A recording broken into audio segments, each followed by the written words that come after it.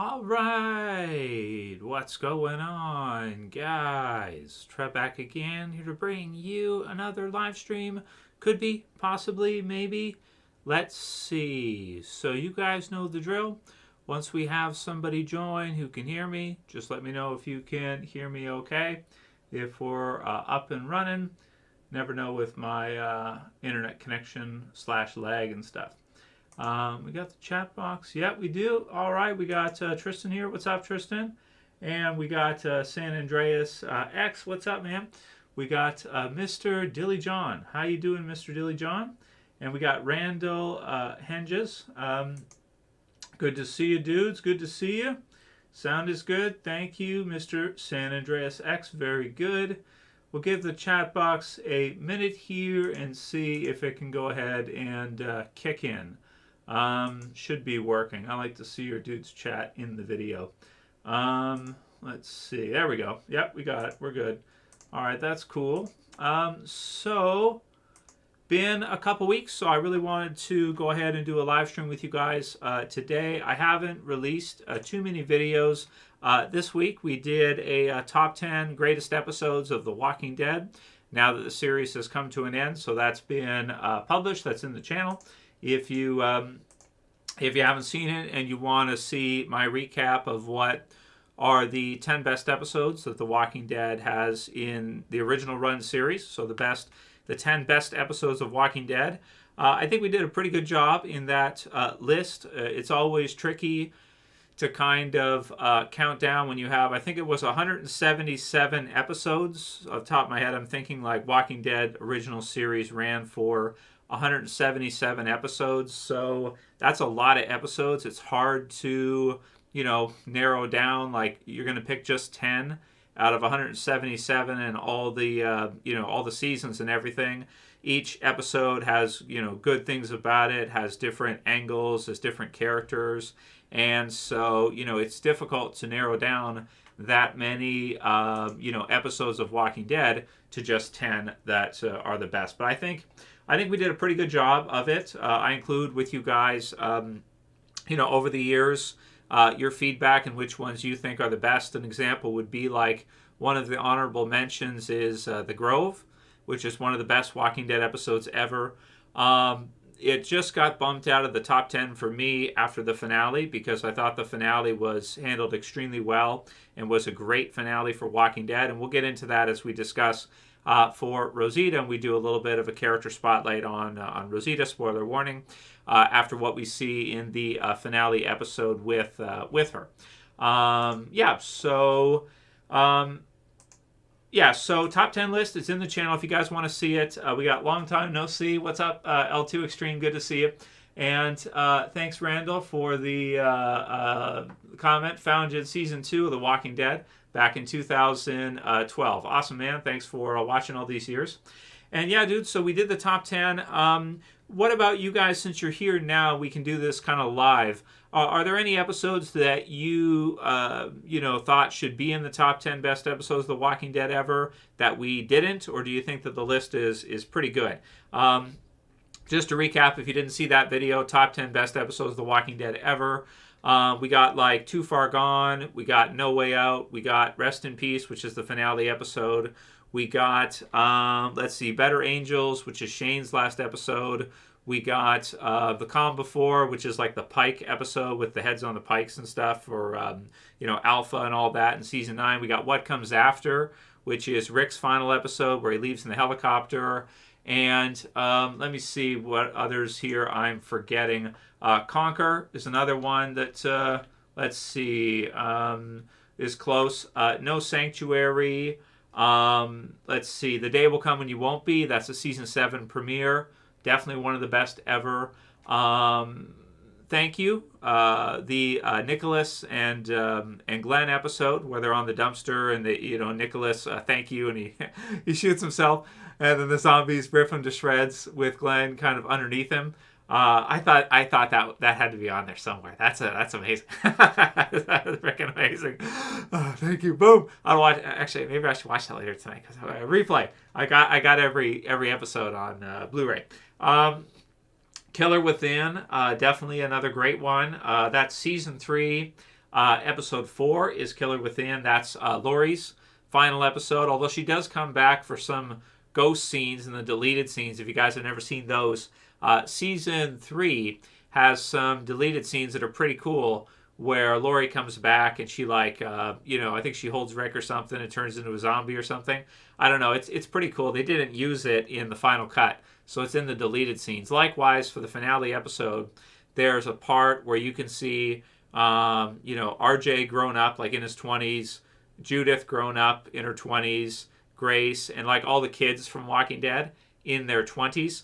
And they're going down the highway where you see the Rick going in on horseback scene in his sheriff uniform.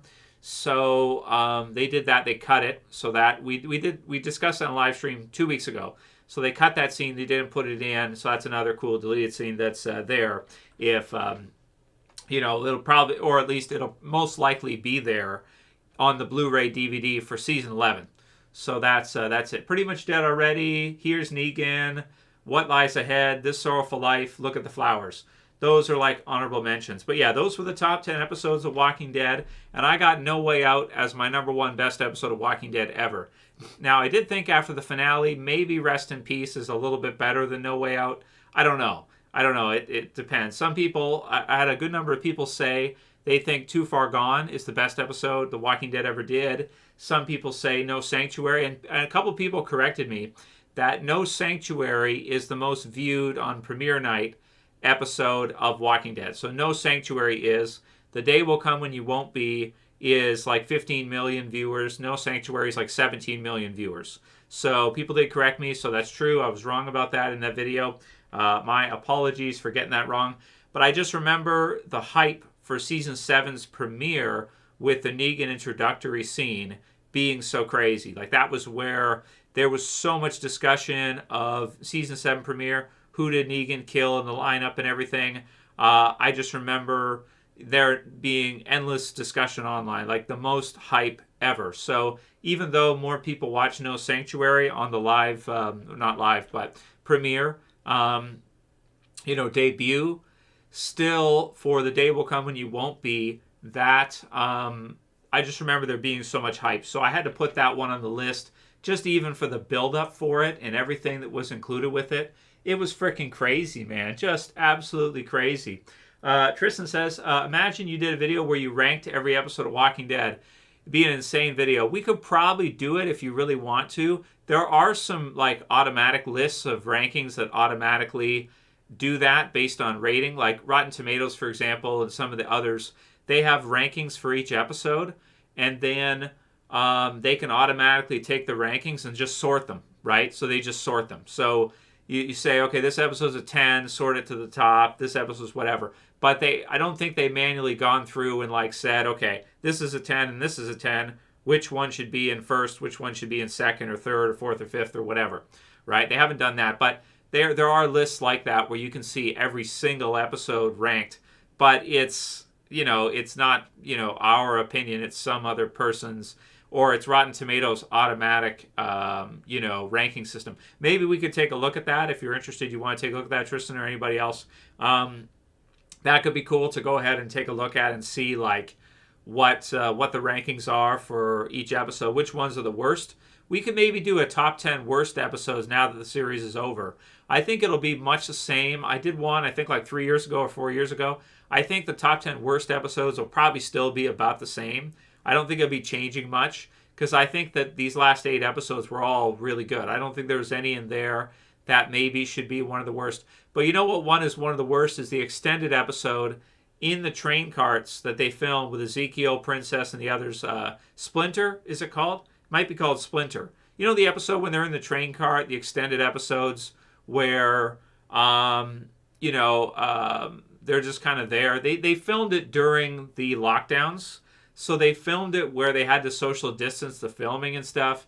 And it was really not good. But we can't really fault them for that because they had to film it during the lockdowns. So it was difficult for them to even get it done. They got it done, but it wasn't very good. It just didn't turn out that well. Then again, episode like Here's Negan turned out great. And I think that was filmed in and around the lockdown times. So, yeah, so it's all good. But, you can even look like I even look around at stuff like that's out right now, and I'm just noticing like there's just not a lot of like really awesome entertainment right now since for the last couple years because of the shutdowns and everything. Like there's a few movies here and there, like Black Adam's. It was a big one with The Rock, right? So that's kind of like maybe one of the biggest comic book type movies that's been out since the shutdowns.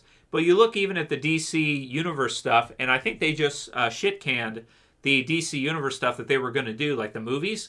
I think there was going to be a Wonder Woman 3, and I think it got shit canned. Like, I think they were going to do it. I think they canceled it. So, entertainment definitely has taken a big hit last couple years with all the shutdowns and all the stuff. I'm really glad that they were able to give Walking Dead a really good ending, considering all the world situation and problems and all the changes and all the stuff we've had to go through in the last few years. I'm glad they were still able to do an awesome ending for Walking Dead, because that's not to be underestimated. There's just not a lot else out there that's really awesome. But one thing that is coming up that looks really good is The Last of Us. And that'll be the topic for this video to start. The Last of Us, there is a trailer that hit this week. If you guys didn't see it, I thought about reviewing it, by itself, but whatever. I didn't get around to it this week. So we'll give our thoughts on the Last of Us. There's a couple trailers for it now. It's hitting in January. I think it's January, is it 15th? Let me look at Wiki. What does Wiki say? Yeah, I highlighted it here. The series is set to debut on January 15th, 2023. You guys can see that right there, right? 15th of January, 2023. So it looks really good. If you haven't seen the new trailer for it, this one, we're looking at the picture for it here with the kind of pink and purple border, which is pretty cool. I think HBO Official has it. It looks awesome. We got a couple of alumni here from Game of Thrones verse, from Star Wars, Mandalorian verse, or Mandalorian, Star Wars verse, I guess we should say. So we got some, some good casts here. The two of them were awesome in Game of Thrones, if you guys remember. I reviewed their episodes they were in. The Mountain and the Viper was an amazing episode, and she's great as well too in Game of Thrones also. So so really excited to see this one. I never played the games, but it just looks really cool, like this monster. Anybody know who happens to be here what this monster is called in Last of Us? So basically, it sounds like to me, Last of Us will be somewhat like, Walking Dead, somewhat. But at the same time, it's going to have like maybe a cross between Walking Dead and Resident Evil. What do you guys think about that? Do you think that makes about sense that Last of Us, the TV series, will probably be somewhere between Walking Dead, AMC's Walking Dead on HBO, which should be great, and Resident Evil, where you have other monsters like Nemesis and Lickers and stuff like this that you see in like a Resident Evil. Something like that. Well, either way, it looks really good. Last of Us TV series, Pedro Pascal and Bella Ramsey. So really good. She's playing Ellie. And Joel, played by Pedro Pascal. Really, really awesome. So it should be great, dudes. I'm excited for it. I'm looking forward to it. We'll definitely watch it in January. We'll definitely do a review for it. I'll give you guys my take on it. I'll give you guys my thoughts on it, even though I have not played the video game through. Now, people have asked me for years to play the video game. I have never had the time to do it because I'm doing the channel every day almost with you guys, or nowadays, like every few days, I'll do a video, right? Like every couple days. But I think the series looks great. We'll definitely review the series, and if it turns out to be that great, maybe I'll check out the games after. So is what it is. But yeah, so I think from the trailer and everything, it looks great. It's got Walking Dead vibes to it for sure. I'm thinking of it as HBO's Walking Dead, basically. It's HBO's Walking Dead. Now, if you don't know, HBO did have a chance to buy Walking Dead or to do Walking Dead, and they passed on it. They wanted to do it as like a procedural crime drama. Same with NBC and I think ABC. They all passed on Walking Dead. AMC gave it a shot, and it turned out to be amazing. So I'm sure HBO probably regrets that decision of not going for Walking Dead and passing it up. So The Last of Us, it's even 3 words, right? The Walking Dead, Last of Us, The Last of Us.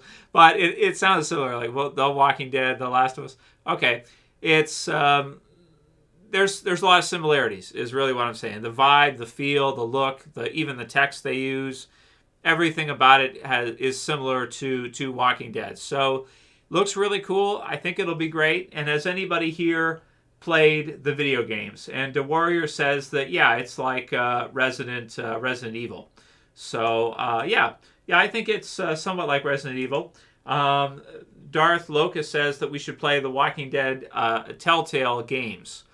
Well, again, with the video games, I just don't have time to do captures of it all. We could do it, but I don't know. I'm not that interested. Darth Locust says it's like a fungus virus. San Andreas, cool. He's played the first one. And let's say hi to everybody. What's up, C. Benny? What's up to the others? We got YOLO, Thug Life Selfie. Cool. We got Brett Werner.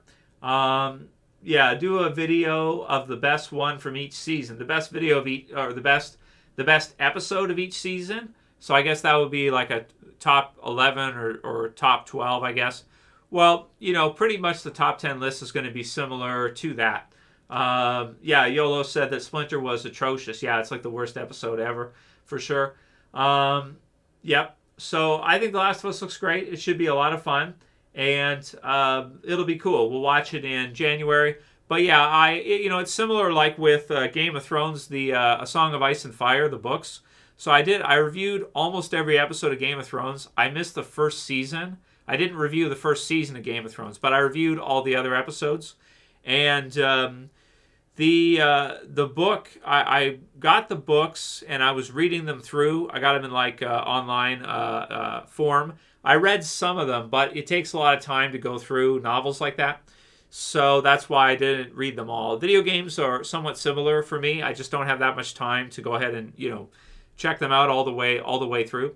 But definitely the TV series is something that I'll be interested to see for Last of Us. So that looks really, really great. Say The Last of Us is more horror-based than The Walking Dead, says San Andreas. Okay, cool. Yep.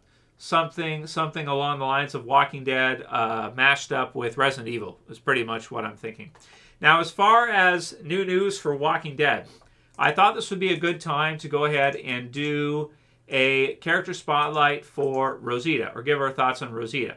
Now, part of the reason why is because there's this article here. This is actually the last article that comicbook.com has published about Walking Dead because, well, the series is over now, right? So it makes sense that they'll probably not be posting as much, just stuff for the spin-offs going forward. This is a good news site for Walking Dead, info, if you want to, get Walking Dead info, what's going on and that kind of stuff. So we'll get stuff for the spin-offs, and definitely we'll cover all the stuff for the spin-offs. But there is an article here about how The Walking Dead, if you didn't know, The Walking Dead did not originally end with, spoiler warning, Rosita's death. So it sounds like it was the actress's choice, Christian's choice, to finish off the Walking Dead with Rosita actually dying. So it doesn't sound like it was actually something that they had decided on. So it says here, Christian Serratos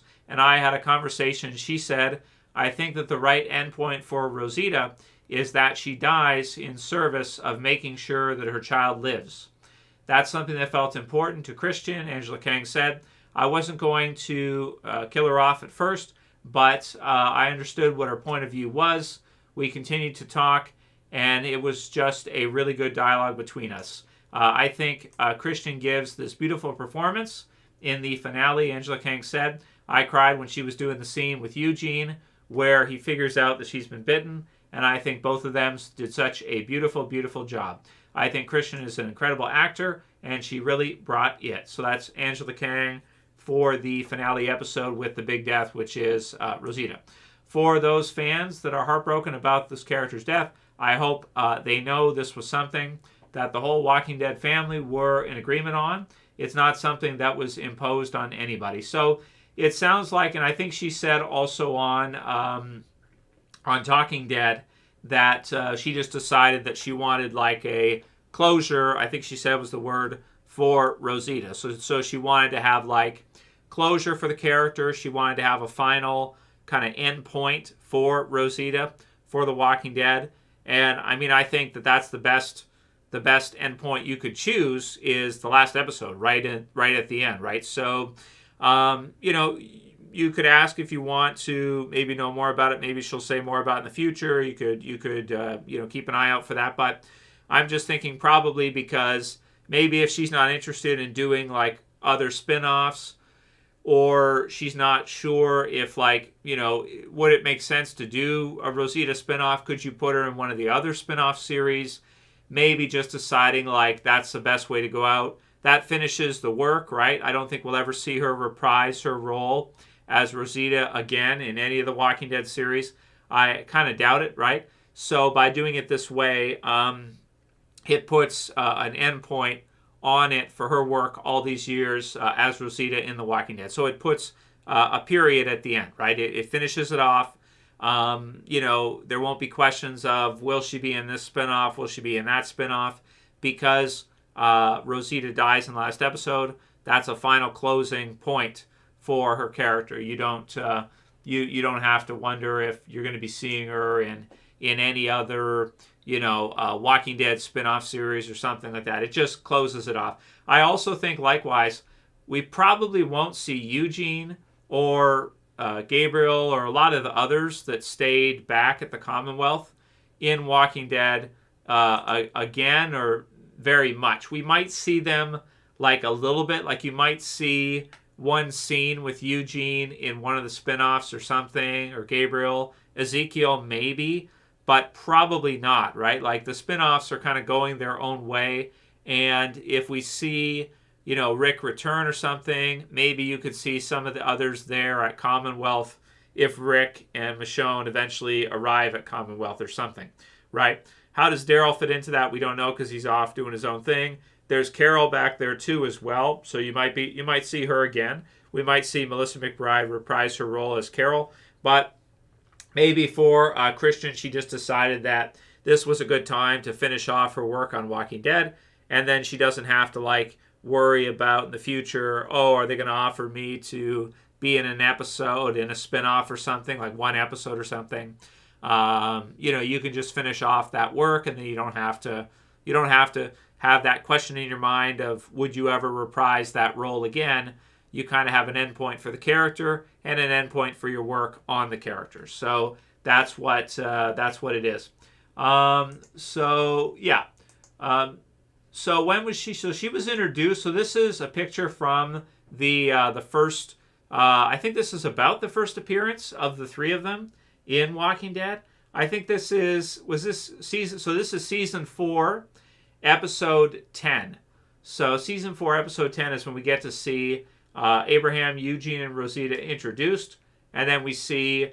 So that makes Eugene the final survivor for The Walking Dead. That makes him the final series survivor out of the three, I guess, out of their group, right? And then also there's Sasha and some of the others that come in around that time. It's like season 3, season 4, right? When they kind of start off. But so that's it for this group, right? I feel like their time in Walking Dead has probably ended now. We're probably not going to see them again. Well, obviously for Abraham, he's gone. Rosita's gone. But maybe not see Eugene again either. Or maybe if we do see him in Commonwealth or something, it'll just be like in, one scene for like the finish off, right? Like one scene with like reuniting or something like that we could see at some point. But yeah, so season 4, episode 10, all the way to the end of the series. We get to see Rosita in it. And yeah, it was really great. I think she's one of the best. Let me just pause the commercial here. So this is the Wikia for it. Yeah, they got lots of commercials here for it. So that's what it is. So she joins the series season 4, and she finishes off in episode 24 of season 11. So that's a really long run. So that's really great. And we'll have to see how many more episodes they do of the Walking Dead spin-off series. But yeah, maybe a couple more years for some of the other earlier survivors, right? Like Daryl, Carol, some of the others. You kind of feel like Carol and Daryl will probably always be alive in the Walking Dead universe, so far as we see, right? Maybe they'll kind of always kind of be there in the background somewhere. Maybe Eugene as well. But whether or not we see him in series, we'll have to see. But that's definitely a long run. You can look at all these pages of the episodes, right? She has a big run in like seasons. I mean, pretty much every season, but season 7, right? There's a lot of stuff for her in season 7 with like Sasha and Abraham, and part of season 6 too, right? With that, and then she's got the episode season 7. Is it called Service? Where that might be the episode where who shoots? Oh, right. She tries to shoot Negan, but she hits his bat. She hits Lucille, right? So that's a good one, right? She's at like the forefront of that episode. And quite a few others, even up until recent time for the wrap-up of the series. So, yeah. So, awesome run for sure. Great character. One of the best for the Walking Dead TV series. Way better than the comic book counterpart, for sure. And in the comic book, Rosita dies during the pike scenes. So you have the pike scenes where you have the heads on the pikes. And she, in the comic book series, dies at that point. So in the TV series, she survives longer on. And Ezekiel does too, I think, right? So Ezekiel survives on further also for both of them. And that's what it is, which is good. Because I think it helps out the episodes and stuff later on for seasons like 10 and 11 are better because you have both of them, for example, are both good, really good characters. Relationships, Abraham and Eugene a little bit sort of, but more like friends. And then there was Tara as well too, right? Where it was like a friendship too. And some of the others, and Gabriel as well too. So good stuff. So that's pretty much what I got for you guys for that Last of Us, and a little bit of a spotlight for Rosita. So basically, it was her decision to be killed off at the end of the Walking Dead. Great run for sure. Awesome run. It's kind of a shame that she didn't decide that she wanted to continue on further with Walking Dead, if they would do a spinoff or something. But it's also kind of annoying. Like, intermittent work is a little bit annoying, right? Like if you don't know if you're going to have work on something or not, it's kind of annoying. Like if they call you, then it's a good deal. You do it, and if not, you don't. Maybe it's just better sometimes to just finish that off and then move on and take other roles and do other stuff. And that way you don't have to like question whether or not you will get a call or you won't. You don't have to question it. You just basically move on. The character's done, and the journey is finished, and you move on with other ones. Some of your guys' comments. Oat Milk said, Rosita's death was sad for me, and he puts a crying face. It was a very sad one, for sure. At the end of the series, especially the scene with her and Eugene, I thought, Josh McDermott, I thought that was probably one of the saddest scenes. That's the saddest scene in season 11. Definitely part 3, but maybe all of season 11. Probably all of season 11. And the saddest one, what do they have in season 10 that's sad? That's the saddest scene in a while. That's like the saddest scene. Oh, another one that's really sad is Carol and Rick's last scene, where they're almost crying in the scene.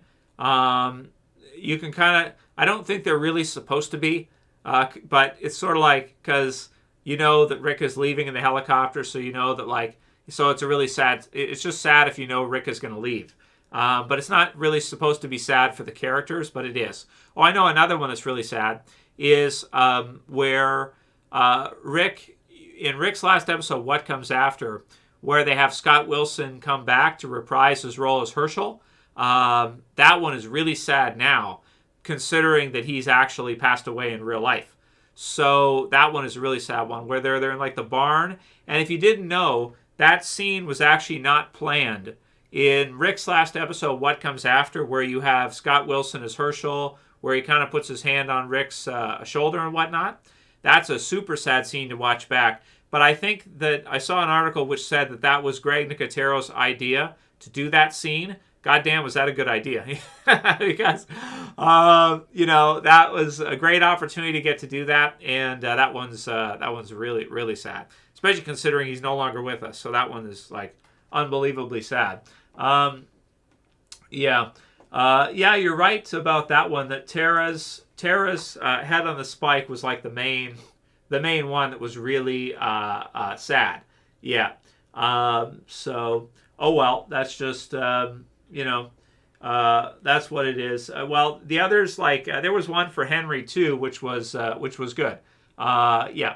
Ozzy, going to review The Last of Us. Trev, yes we will, Ozzy. We will review The Last of Us when in January. Yeah, so not too far off. About a month from now, when The Last of Us is going to start. So that should be really great. And of course, we'll review the other Walking Dead, spin-off series when they premiere, obviously. And I think we'll probably review Fear the Walking Dead, but we'll see. We'll see.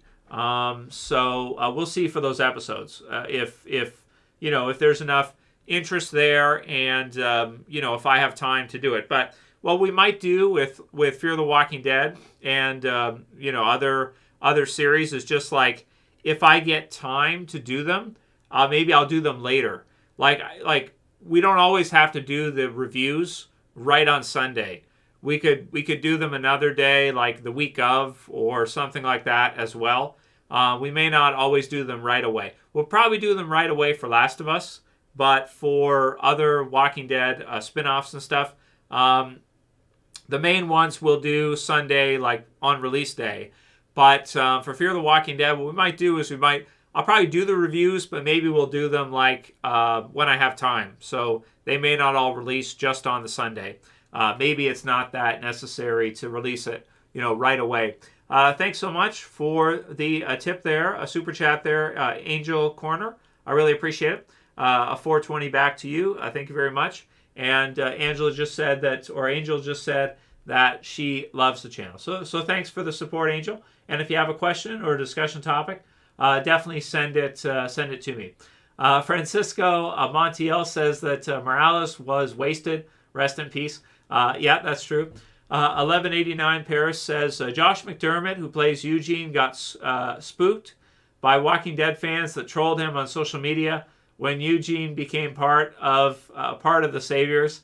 I also doubt that he will be around for spin-offs. Yeah, I don't think so. I don't think that, like, Eugene, because Rosita's gone, like, if Rosita was still alive, maybe he would want to come back for, like, a scene or something. But because she's not, maybe that's it for him too. Maybe he'll decide, like, he's had enough doing Walking Dead and that's it. Which I totally understand. They put a lot of years of their lives into creating Walking Dead for us. And I definitely appreciate, we appreciate all their efforts and all their time and everything. For me, you guys know it's my favorite series ever. So definitely got to appreciate all their work in helping to make The Walking Dead awesome. And absolutely. So really, really great. Thanks, Ozzy, and thanks again, Angel, and looking forward to it. Yeah, thanks, 1189 Paris. Appreciate it too. And we'll probably do like streams here and there as we go through. Sometimes I'll try to find topics for videos on Sundays and do streams here and there. Of course, we can still do some top 10 videos, which makes a lot of sense now because the series is finished. So we can look at like what are like the top 10 best episodes, like we did this week. Top 10 best characters, stuff like that is, it's fun. I enjoy doing it because I like to just put it out there. Which ones, like over the years do I think are kind of the most standout and why. So it's really good. And, probably some predictions for the upcoming spinoffs. And I have to do I have to update all named character deaths for a video for that. Where we recap all of the characters who are killed off in Walking Dead. I got to update that now that it's finished its last season. So, Bizarrizajizza says, no one saw both Father Gabriel and Eugene surviving all the way through. Yeah, absolutely. That's true, Bizarrizajizza. Father Gabriel and, let's go back to this one. Yeah, Father Gabriel and Eugene, I thought that definitely... Father Gabriel would be killed off by the end, definitely. And Eugene, I thought, maybe not. But I thought that Rosita would survive because I thought that they might want to use her in a spinoff or something. That's what I thought. I thought that maybe she would be good for a spinoff or something. But, I guess maybe she just decided, like, this is a good endpoint for the character. And after a while, they do get tired of playing the same character. But sometimes fan demand can bring them back. Like, I get the sense that maybe Andrew Lincoln, who plays Rick, he might have gotten tired of playing Rick after a while, wanted to do other things, so he left. I'm happy that he's going to come back and play Rick again, which is really great. But, sometimes people get tired of playing a character. Example could be like Hugh Jackman, who plays Wolverine, right? He's played Wolverine, like, forever. And so when they did Logan, I think they decided that they were going to give him, a final death as Logan, as Wolverine in that movie, right? But now he's coming back again, I guess from fan demand probably, for Deadpool. What number is it? Is it 3? Deadpool 3? Yeah, Deadpool 3.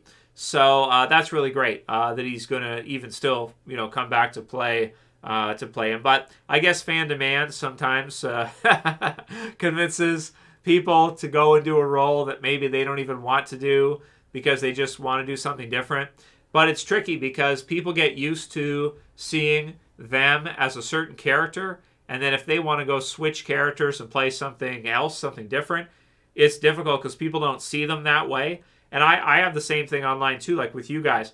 A lot of you guys see me as a Walking Dead guy, so it's difficult when I try to do other stuff. I still do it, but it's tricky because, I'm kind of shoehorned into Walking Dead and zombie stuff and maybe mature content, right? Like adult shows like Game of Thrones, Walking Dead, The Last of Us, stuff like that. I can do other stuff, but it's like you have an audience in a certain category. That's what it is. That's one thing that some of them could do if they don't want to do Walking Dead in particular. They could maybe do a role that's somewhat similar to it, like something in the same genre, which makes sense, right? Like if you do a role that's in a similar genre, which unfortunately for them is like probably going to be horror most of the time. So they have to like get covered in blood and guts and different like horror stuff. They probably just want to go do like, go sit in air conditioning and do like, something that's easy. Instead, they have to get covered in guts all the time. And that's just what it is. John Schnubener says, characters you like better in the show than in the comic. Actually, a lot of them, Josh. I like a lot of them. Which ones do you like better in the show versus the comic? I like most of the characters better in the show than in the comic.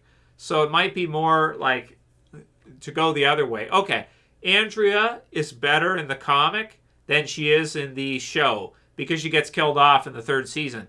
Not that the character drawing is better than the TV version played by what's the name of the lady who plays Andrea?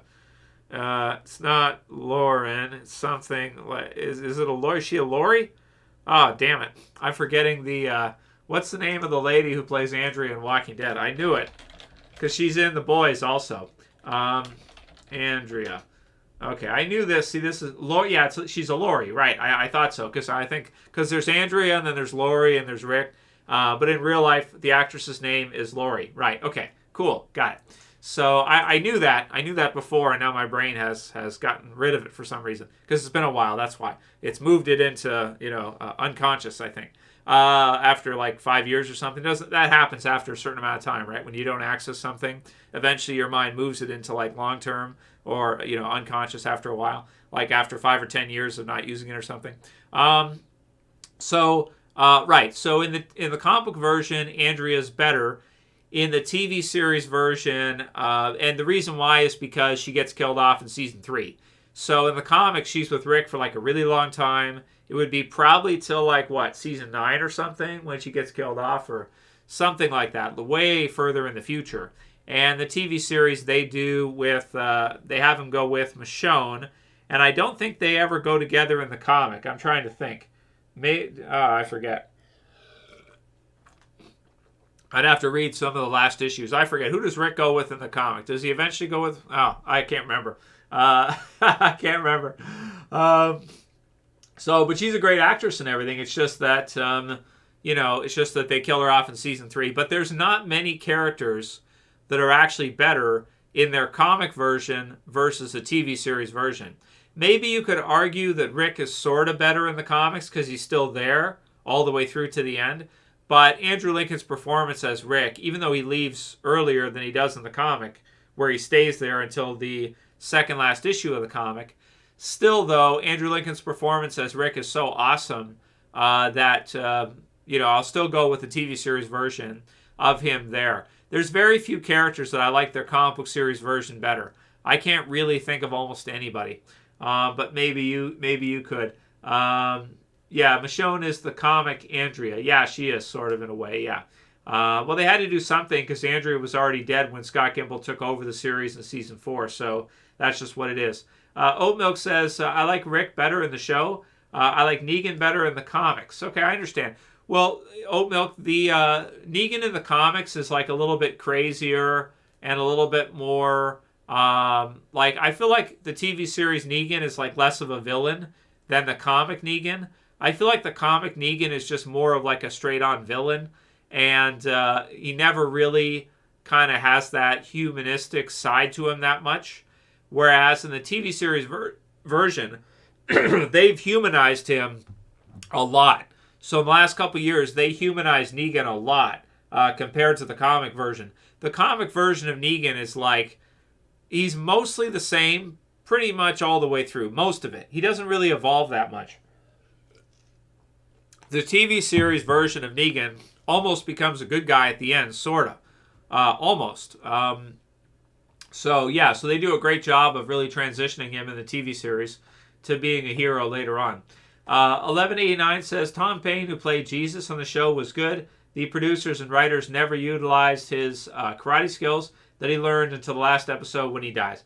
Yeah, that's true. It just didn't work out that well for him as Jesus in the TV series. That's, by the way, I mean Jesus as the character named Jesus in The Walking Dead, not the historical Christian Jesus, right? You guys know, right? So he was pretty good in the show. Maybe he was better in the comic too. You might have a point there because he lasted longer as well, I think, didn't he? Yeah. So, yeah. Negan in the comics seemed more wacky. Yeah, that's true. Plus, he was more physically opposing. Well, you can't do much about it because JDM is getting older, so there's not much you can really do. He's in his, 50s, isn't he? Plus, he was bigger when he was younger, when he did The Comedian, who's a great character in Watchmen, which actually, that's an awesome movie. If you guys have never seen Watchmen, the movie, it's one of the best comic book movies ever, and he's awesome in that one. So, really, Watchmen, the movie, is great. I tried the series version later, the newer one, and I thought it was garbage. It's just so, dark and crazy and just too much. A lot of shows now, I feel like a lot of them have kind of gone too far. A lot of movies and shows, they're going into bleak territory where they're getting over the top with their bleakness and their darkness. And if you look at the new Joker, there's a new picture of is it Joaquin? That's how you say his name, right? Joaquin, who plays the Joker now. They're bringing in the Joker movie too. They're doing the second one now, right?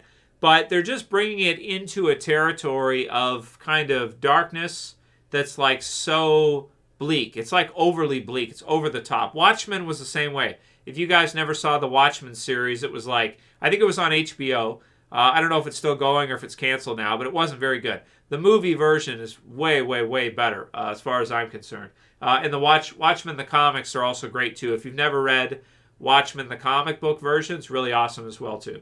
Yeah. Still cool, says Jonah. Nobody's seen Watchmen, the series. It doesn't really surprise me. It isn't very good. Have any of you guys seen Watchmen, the movie, or the series? Any of you? JDM, like I said, the reason I brought this up, JDM he's the comedian in Watchmen, the movie, and he's a lot bigger just because he's younger. So, I mean, when you get older, what can you do? You shrink. The space in between your vertebrae, your spine, it starts to, you just shrink. It's what it is. After you get past a certain age, not much you can do about it, and you start to kind of lose body mass and everything, like muscle tissue and all that. Unless you take, thanks for subscribing here, Heather. Welcome to the channel, appreciate it. Unless you take juice or something. Otherwise, it's pretty difficult. But even The Rock looks smaller to me now. It looks like he's shrinking as well. Like if you look at Black Adam, he looks kind of short in Black Adam. Not much you can do about it. It's just aging is what it is. So, yeah. Darth Locust says, Shane Grimes? What? I don't get it. What are you talking about? Watchmen the movie is great. Yeah, Honky Lips said, Watchmen the movie's great, never heard of the series. Yeah, exactly. It doesn't surprise me you haven't heard of the series. The movie's awesome. The series sucked. It's just bleak and really, it's too dark, man. It's over the top. They're taking it, like with a lot of series now, that's another problem for me to find series to review. A lot of the series that are more like Walking Dead, Game of Thrones, more adult-based, they're getting so dark, it's just over the top. Like the Dahmer show on Netflix, right? If any of you guys see Dahmer, the Netflix show, it's like so dark. It's similar to like Joker movie. It's so dark and so bleak. I don't know why you would want to watch it for entertainment, because it's like, it's dirty. It's just kind of gross, right? Like it's so over the top bleak that, I don't know, it's not enjoyable to watch as far as I'm concerned. It's too much. I don't know if he's actually still 6'4" there, San Andreas. I don't know. I think, and a lot of those stats are kind of exaggerated.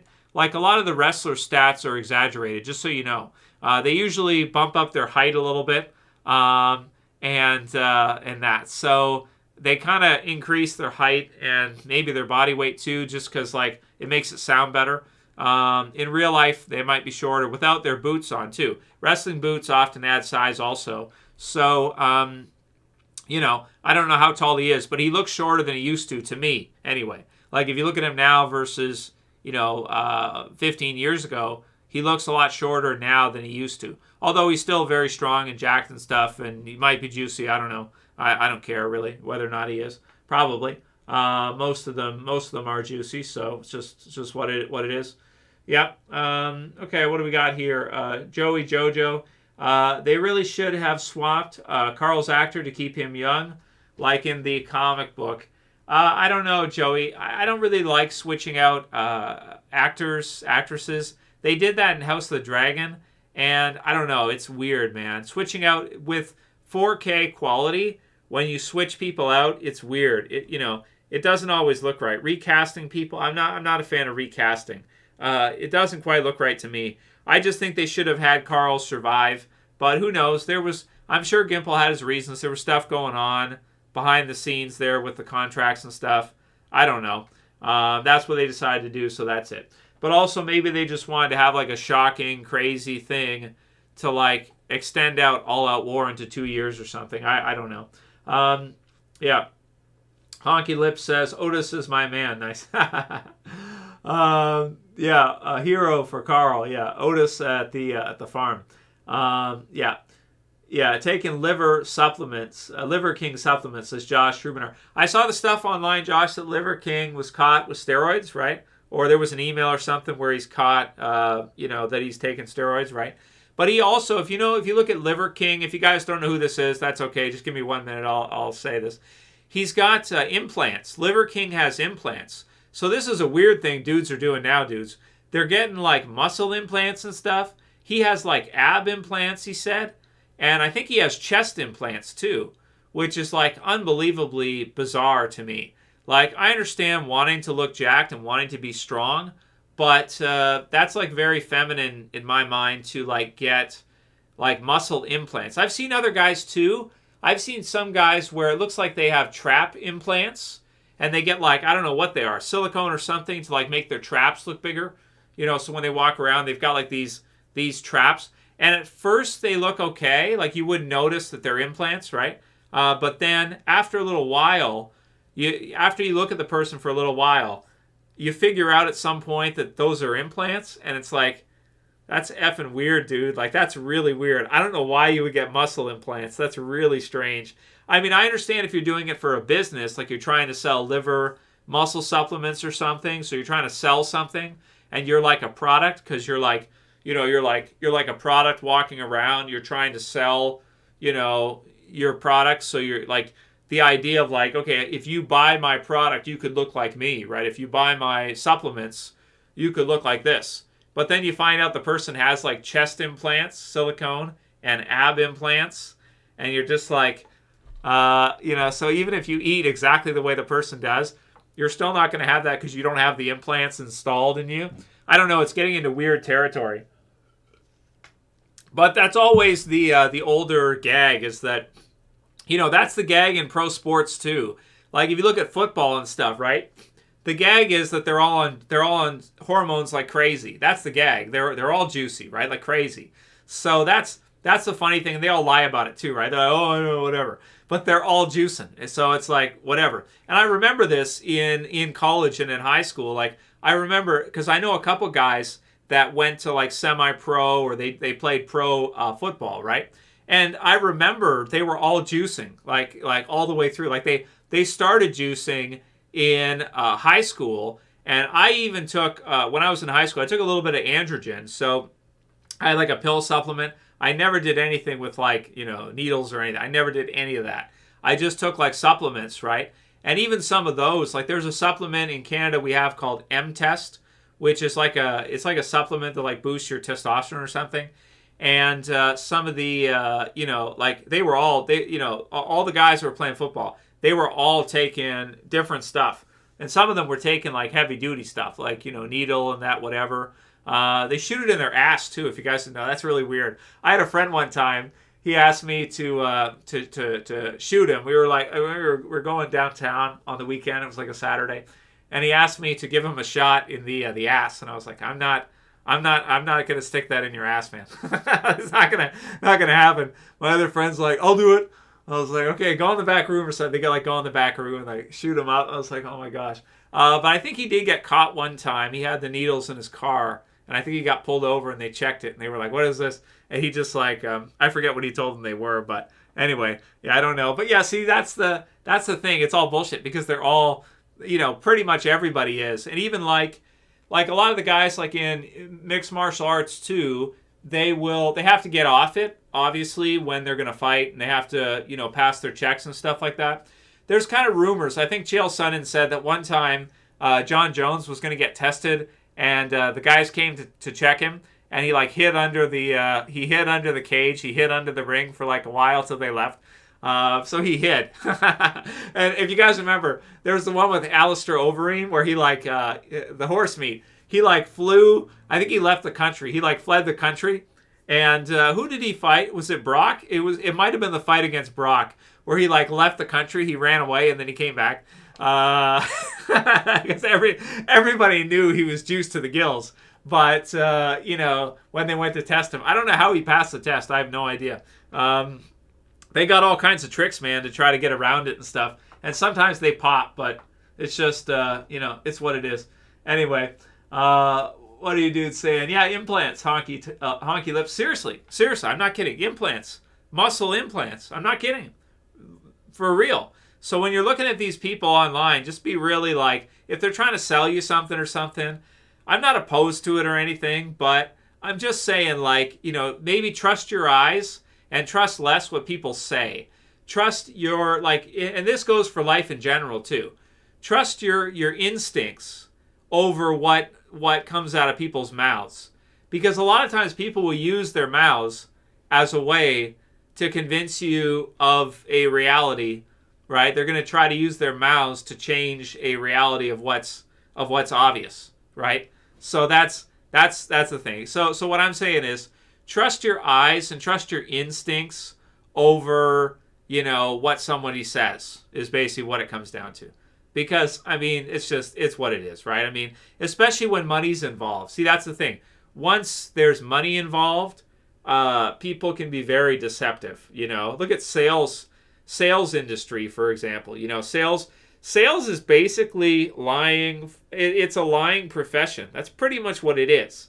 Selling is basically lying. The two are like, it's difficult to separate. All your best salesmen are your best bullshitters. That's just what it is. And I mean, you could sell something honestly. It's possible. But, in industry, typically your best salespeople are all deceptive. Pretty much all of them. You could be a good salesperson if you've got good enthusiasm and all that. You're honest, I guess. But I don't know. Honest salesman versus dishonest salesman. Pretty much dishonest salesmen are always going to do it. What did you say? Overeem literally took 75% roids and 25% water. Yeah. I called him Ubereem because he was jacked to the gills. It was obvious. Like, it was so obvious. I remember there was one guy who did YouTube videos before. I think his name was Nuker MMA, this black guy. And he's like, Nuker said, if he's not on juice, he should write a book. Because being in that kind of shape while also training to fight is like impossible. Just looking like that is like a full-time job. Like, if you want to look like that, that's a full-time job right there. And for example, models will do that, right? Like for a model, if you're a male model, or even the girls, female model, whatever, that's a full-time job to look that way as a model. You have to eat a certain way. You have to work out all the time. You have to do it constantly. That's a full-time position, a lifestyle job, even overtime position. Go to the gym every day. You're hitting different muscles every single day. You're eating particularly well. You're not ordering pizza and going to Burger King or McDonald's. You're not getting these cheat days or whatever. It's a full-time thing just to look like that. So to look like that and also fight at the same time is difficult. Because, when you're training to fight all the time, you're not necessarily eating and doing things just for the way you look, right? You're doing it so you can whoop somebody's ass, which, like technique, for example, if you're training technique all day, it's still going to be a workout, but it's not the same kind of workout as if you are just weightlifting all the time to look a certain way, right? So there's some crossover, but you see what I mean as far as specialization. There's a difference in specialization is what I'm saying. Ozzy says that Frank Darabont was way better than Scott Gimple. Josh Schumacher says a mix of Mazzara and Gimple would be the best showrunner. I think, yeah, maybe you're right. Gimple made the best content overall, but was too safe. Mazzara killed too many people, but was fast-paced and action. So Josh Schumacher said that Darabont was good, but AMC's too cheap. And Oat Milk says, Trev, you should bring back UFC reviews. Well, we might do some. Like if the John Jones fight with Ngannou goes through, we'll definitely give our thoughts on that because that'll be awesome, right? That'll be a huge fight. It'll be lots of fun and exciting to see John Jones at heavyweight because John Jones is one of the best ever, maybe the best ever. But Khabib is also, one of the best ever as well. As a grappler, Khabib is unbelievable. Yeah.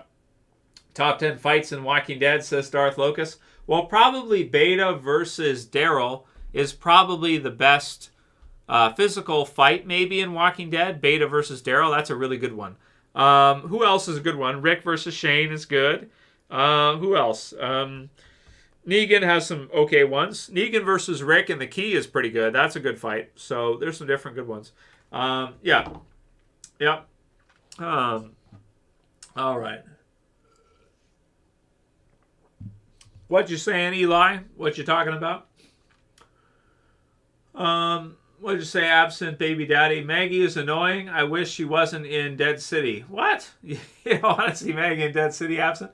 They don't have that many characters to work with these days. I like Maggie. I appreciate her. But, okay.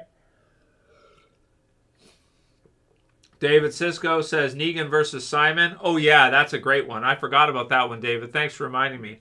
That's one of the best ones in Walking Dead for sure. Fizzik says Carver, best hands down. Is cool. I like some of the fights online. Have you guys seen the, I think it's Satan's Backyard or Street Beefs or something? Is it called Street Beefs? I don't know. I like some of the fights on there. Some of them are really funny. There's the fat guy who does karate. What's his name? Is it Shinigami? Is that his name? I don't know. He's this fat guy on like Street Beefs or something where he just he's like it's really funny. He's like a karate guy, but he's like maybe maybe he's 250. Maybe he's not 300 pounds. Anyway, I'm a fan of his. I like the Cobra Kai. I think he wears like the headband and everything. He wears the whole gi and everything. Really funny. It's like 80s, 90s flashback. I'm like, yes, that's awesome. So, yeah, Street Beast is great. There's a guy named Fairplay who's pretty good. Shinigami, that's the guy. That's the fat guy. I like him. He's good. He's my favorite. I always root for him. He's got a high left kick, which is it's not they say it's a roundhouse kick. Front, left. I don't know what you'd call it. It's not really a roundhouse kick. That'd be usually with your right foot. It's a front left high kick, I guess. I guess is what it is. He's got a really good front left high kick. And he doesn't look like he could pull it off at all. But he can. It's amazing. So it's unexpected. It's like a ninja tactic. Because you see this guy, you're thinking, oh, he's not gonna front left kick me in the face. And then all of a sudden he goes on his back foot and he front left kicks you in the face. And you're like, oh, shit. So, what the hell? It's funny. It's great. Yeah. So really, really enjoy some of the fights on Street Beefs online. There used to be a site called Bum Fights. So you guys ever see this? I had a crazy friend who he loved bum fights. Bum fights was just like bums and they would fight. I think someone would pay them money to fight each other. A couple of bums in the street. They would just like go around. I don't know if it shut down now. It used to be hilarious. They would go and they'd get bums they'd pay them money like like $10 or $20 to fight each other. And it's called bum fights. And they would fight each other. And some of them would, it's brutal. Some of them would be missing teeth and shit. And they'd go off and they'd fight each other. It's brutal. I saw a bum walking today on the street. So I don't know. Maybe that's why it's top of mind. Bum fights was great. If you've never seen bum fights, whatever happened to bum fights? Somebody help me out. What happened to bum fights? Bum fights was amazing. Really great. Yeah, they just pay them like $10 to beat the shit out of each other. And these bums would go up. They'd get like some of them couldn't even barely speak. They were probably drunk, but they were doing it too. And they would just beat each other up for like $10 or $20. This is so evil, dude. It's so evil, man. It's like paying dudes, and some of them didn't even have. Sorry, I'm laughing a bit. Laughing, sorry, I'm gonna cry. Some of them would be like missing teeth and shit, and they would like punch each other. You know, they would just fight, right? So it's so brutal because some of them would they paid them like $10 or $20 to fight, or maybe $50 or $100, whatever it was. It wasn't a lot of money that they'd pay the bums to fight, and then they'd fight each other. And sometimes they'd lose a tooth or something. Like they get a tooth. Because if you're fighting, you get a tooth knocked out pretty easily, right? You guys saw, what is it, Dan Henderson, right? Dan Henderson's got like the no teeth thing.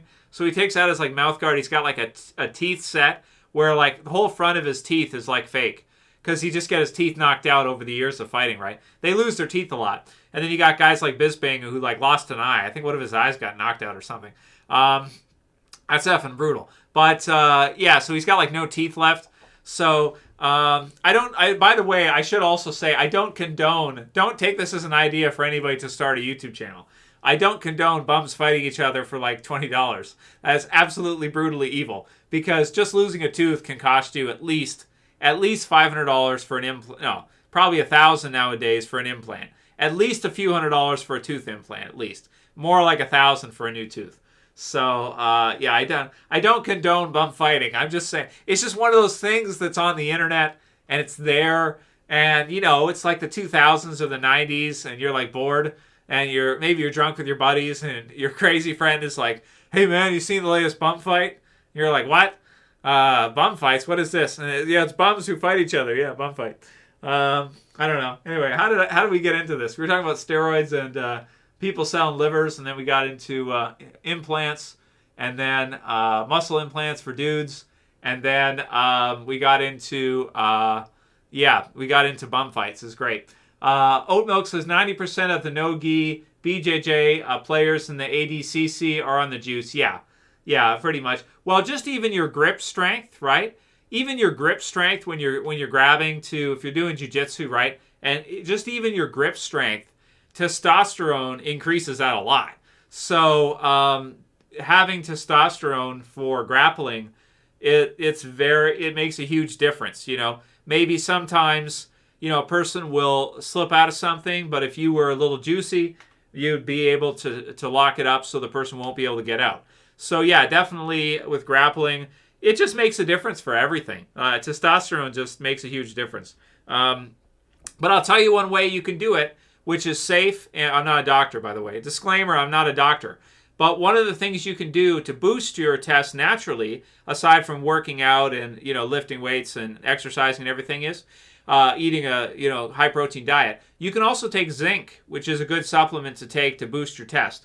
If your zinc is low, and most people's is because they don't eat a lot of fish, you can take zinc and it will boost up your levels a bit, which is good. So that's something you can do. Just, don't overdo it, but if you think you might have a deficiency in that, you can take zinc, and that will naturally boost your levels a bit. So that's something you can do that's safe, because you probably have low zinc levels, as we pretty much all do. Unless you eat a lot of fish, maybe you're Asian or something, you guys eat fish all the time, right? But for most of us, we don't. So you can take zinc to boost your levels up a bit. So that's a good way to do it naturally that isn't, going to be terrible for your health or something. So a nice little trick. So 50 kg of muscle in 3 months. Eli, you can't do that. Gaining muscle takes a long time. Unless maybe have some zinc and have protein shakes and start small and don't injure yourself, and start with your push-ups and all your basic stuff, squats and everything, compound movements, and just do it naturally, safely over time. And don't go too heavy too soon. Okay, be careful. There's a lot of guys they go in and they want to load up on all the weights right away when they haven't lifted for a while. Start small, go slow, and build up. Don't just go in and fill the rack or something. Like, be careful, dudes. Because you get injured, you're gonna lose muscle. You're not gonna be able to work out for a long time. So start small and build up. Yeah, that's what I'd say. But yeah, you cannot gain. Gaining muscle takes a long time. You can do it, but it does take time. Yeah, absolutely. Absent Baby Daddy said, did you see the mat that Rosita fell on in The Walking Dead? Like the mat in between the zombies? I didn't notice it in the episode, no. People called it out to me after, and then I noticed it after, but I didn't notice it when it happened. No, I didn't see it when it happened. Maybe they could edit that out for the Blu-ray DVD. Yeah, that's true. Well, a lot of it, oat milk, is not that complicated. Like most medical doctors too, like the stuff that they study, most of them are just drug pushers if you look at it. They're cold and flu, basically, like, like a lot of your clinician, your local doctors and stuff, the stuff they do is really not that complicated. They're just basically, filling out prescriptions for you and all that. They make it so hard to become a doctor. You got to go to school for like 10 to 15 years. One of my friends is a doctor, and it takes a long time, man, and a lot of debt too. Probably $200,000, $300,000 in debt before when you're done, just from all the years of studying and everything. At least $200,000 probably to become an MD, maybe $300,000. Plus, you could have been working all those years. Sometimes you got to question if it's worth it. It might be worth it, maybe not. I don't know.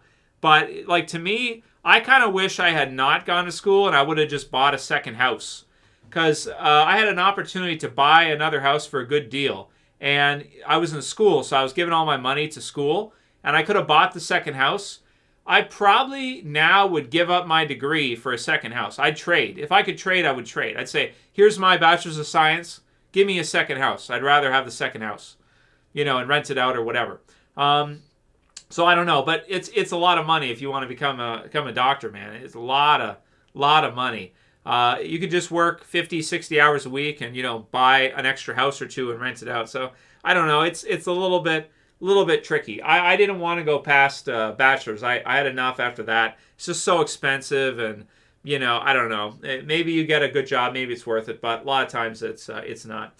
Not to deter anybody from becoming a doctor if you want to do it. I'm just saying. And a lot of the stuff they learn too, they're not going to use 95% of what they learn. They're not going to use that. They memorize. They're not going to use it. Yeah, that's right. Lurg's saying, well, also housing prices have skyrocketed unexpectedly. Like where I live, housing prices, I thought they were going to go down in the last few years. Dude, they're up like 50, 60% housing prices. And mortgage rates are up too right now, which is really crazy because, a mortgage right now where I live in Canada is like probably 7% interest rate on a mortgage, right? And the houses are like $400,000 for just like an okay place, maybe a 3-bedroom, 1-bathroom, $400,000, something like that. And in the major cities, some of them are $1 million for just like a regular house, at least in Canada. You guys in the States have better pricing on houses, so it's not so bad. But yeah, man, they've gone up more than I expected. I expected them to go down the last couple of years, but they've gone up even further. Really, really crazy. So yeah. Josh Schubiner says, doctors can't even say that a man can't be a woman. What? I don't know. Eli, are you a scientist, Trev? Bachelor's of Computer Science. Yeah. So yeah, computer science. Yeah. So, but I don't do research. If you want to do research, you got to get your PhD basically. So you got to put in that extra $200,000 to do it. It's a lot of money, man. I don't know. I got my house. It's paid off. If I do it again, I'd made the right decision. You go master's or PhD or a paid for house, get yourself a paid for house. I think that's me. I mean, you do what you want. If you're a younger dude, you want to, go and do a master's or PhD, go ahead, go for it. But to me, I'm saying get the house paid off. Like if it's the same amount of money, if it costs you $200,000, let's be real here. If it costs you $250,000 to do a master's or a PhD, or you could buy a house and pay it outright, I don't know. I'd buy the house and pay it outright. That's me, though. It's up to you what you want to do, what you think. But for me, it's like appreciation each year is like really high. Inflation's really high. I don't know, man. I think right now, in the next few years, I think if you can get yourself into a house and you can pay it off or, pay some of it off, I think that's a better way to do it. I'd have a paid for house over an MD or a PhD. Personally, yeah. These days, I would. Yeah, the home security is awesome, and the pricing, like in a few years, guys, it might not even be possible to get one. Like, if the prices continue the way we're seeing them now, in 3, 4, 5 years, just getting a house is going to be like impossible. It's going to be like $500,000 for like a 2-bedroom, 1-bathroom or something. If things continue the way they're going. I hope they don't. But, $500,000 for like a 3-bedroom or something. It's like, in a lot of places, that's going to become the norm. And in major cities, it's just going to be not possible. It's not going to be feasible to get a house. Like if it's $1 million, I got a buddy who's, he's got $1 million house. And he's got to work 2 jobs. He's got to work 60 to 70 hours a week just to make the payments on his McMansion in a major city, because it's $1 million for the house. That's why. But I'm not saying it's a bad decision. It's still probably a good move on his part. But it's going to suck working the 60 hours, 2 jobs, 60 hours a week, 7 days a week for the next 10 years. It'll be worth it in the long run, but it still is a tough move. Yeah, definitely. So I don't know. It's what it is. Yeah. So yeah. Yeah, housing getting even more expensive. Anyway, that's a tangent we're going into. Yeah, 1189 about, because the thing they don't tell you too, 1189 for you younger dudes as well, they just get more expensive over time. They don't get cheaper. So if you can save up and you can get into a deal and you can get an okay deal, you might want to get a fixer-upper. That's a good way to go. A lot of fixer-uppers are great. The price is good. Just make sure that the foundation is good. Make sure that make sure the foundation's stable. Get an understanding. Go in the basement if they have one, or a crawl space if you have to crawl on. Be careful, but whatever you got to do, get an understanding. Stand under it. Look up. Find out look at the foundation. Make sure the foundation is good, and then aside from that, almost everything else you can change. You can redo the floors. You can paint the walls whatever color you want. You can, you can't change location, so that matters. And foundation is, you got to make sure you got a good foundation. That's it. Almost everything else you can change after. So fixer-uppers are really good. You get them at a good deal, and it's going to be usually worth it. So great investment for sure. Buying cars, I don't know. I'm not a mechanic. Cars are more hard to say, like what the, I don't know, transmission, engine, other things you can change, I guess. Like the core components, I don't know. I'm not a mechanic. I'm not good with cars. I just get my mechanic to do everything. I always have. Yeah, it's all getting too expensive. Christopher says, how do I become a top G? You're in the wrong channel, Christopher. This is a T channel, but it's Trev's Chan. It's not Tate Chan. Okay, so if you want to become a top G, then you got to get out of here. You got to go become a top G. And how do you become a top G? Webcam girls. Lots of webcam. Okay. All right. Go watch their band now, right? But they're top G and over in wherever they're top G in. Did you know that Andrew Tate was on Big Brother? You guys, Big Brother UK, which is really funny. So you can go watch Big Brother UK if you want to see him when he's younger. It's really funny. Top G. Top G. Top T. Yeah, top T. Yeah. Here I am telling you to get into a house if you can. Look for a good deal. Try to get a fixer-upper with a good foundation and, whatever. Just fix up the inside of it.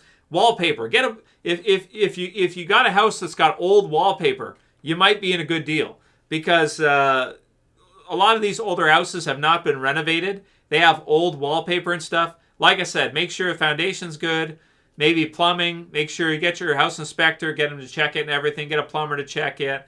Electrical, maybe, all that. And then, you're into a good deal. Everything else you change. Here I am telling you to do that. And I don't know what he's telling you to do. He exposed the top G exposed the matrix. He talked about the matrix, exposed the matrix, talked about the matrix. San Andreas, yeah. Wonder where he got that from. So that's good. His dad was CIA, if you don't know that. There's videos of him saying that his dad was in the CIA. So those are funny. You can look at that if you want to. The Anime Playa says, have you seen Jeffrey Dahmer's show on Netflix? So I tried to watch it, Anime Playa, and I just felt like it was too bleak and too miserable, so I didn't watch it. So I like Netflix, but I don't like the Dahmer show. So that's it. I just, I was like, that's it. Also, a lot of them I think are like propaganda, so I don't want to have it affect the mind, right? So I just shut it off. If I get the sense that there's an agenda to a show, I just shut it off. I don't watch it. I don't review it or anything. So I don't. Top G. Top G. How do you become? That's how you become webcam girls. That's how you become it. That's how you become a top G. You need webcam girls. Loss and loss of webcam girls. And Bugattis. You got Bugatti webcam girls and lots of, I don't know, steroids. He might not be on steroids, maybe not. Eat an onion every day. I don't know. I just on like the YouTube feeds and there's the YouTube shorts. And apparently he got banned, but he's in like every short, like every so often. Even if I like click the dots and I say not interested, they still send it again. It'll be like him. Oh, I saw one. I saw one of Andrew Tate versus, what's the character's name? What's the Marvel character's name? Not Thanos.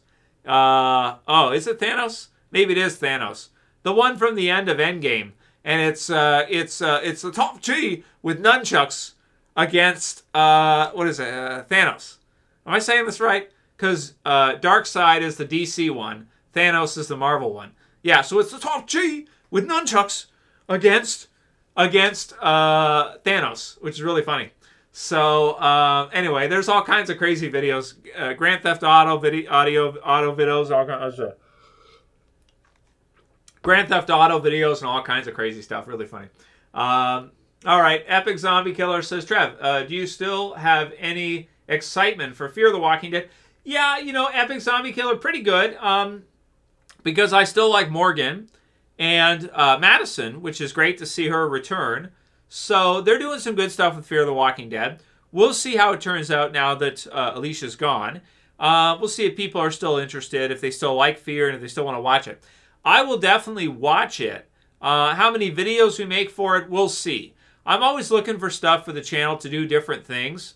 But we'll see what we get into. I also don't know how many hours I'm going to have available next year because we got the baby coming and everything. So I'm not sure like how many hours I'll have to review different shows. We'll see. But yeah, hopefully we can at least get a couple of videos done each week. Absent Baby Daddy says, your name is offensive to me. Absent Baby Daddy. I don't like your name. What is your picture of? Absent Baby Daddy. I don't like it. I don't like it. I don't consent, Absent Baby Daddy. I don't like your name. You should change your name. That's not right, man. Have you seen the Pentaverse on Netflix? No. So good. It's a Mike Myers show. Never heard of it. Making fun and exposing secret societies. No, I never seen it, but I try not to talk about secret societies because they don't like it. So it's not good. You get banned and stuff. They actually, it's interesting. You can actually get banned on YouTube for talking about them. Yeah, which is interesting. But I guess even YouTube is not infallible. Even it can be infiltrated and stuff. Yeah. Physics says, Morgan done so many philosophy changes. Yeah, that's true. Every season or 2 seasons, the philosophy changes. Yeah. First it's clear, and then it's, I don't know, be really super nice, full circle, and then, I don't know, something, after that, somewhere in the middle. Maybe that's the right way to be, with balance and stuff. David Sisko says, force myself to watch Fear just because I'm such a diehard fan of Walking Dead fan. And so far, season 6 is the only one I liked. I like most seasons of Fear, Dave. I like season 3 and 6 the best. And 7 is still good. I liked it still. So I do enjoy Fear the Walking Dead very much, especially during like the summer and the springtime when there's not much else on. I love watching it. So, but that's just me. I love the zombie stuff. You guys know. Yeah, am I going to watch The Walking Dead with our boy or girl, whatever it is? We don't know yet what the gender is, so we'll see. But yeah, when they get to be of age, I'll introduce them to The Walking Dead. Probably when they get to be like, I don't know, 13 or 14, something like that. Then it makes sense to introduce them to Walking Dead. Introduce little Trev to Walking Dead. Yeah, at that point, yeah, I think so. It's in his or her blood to like it. It's in their DNA. They must. It's It's going to be inherited. They must love Walking Dead as much as I do. They probably won't. I'm going to try to.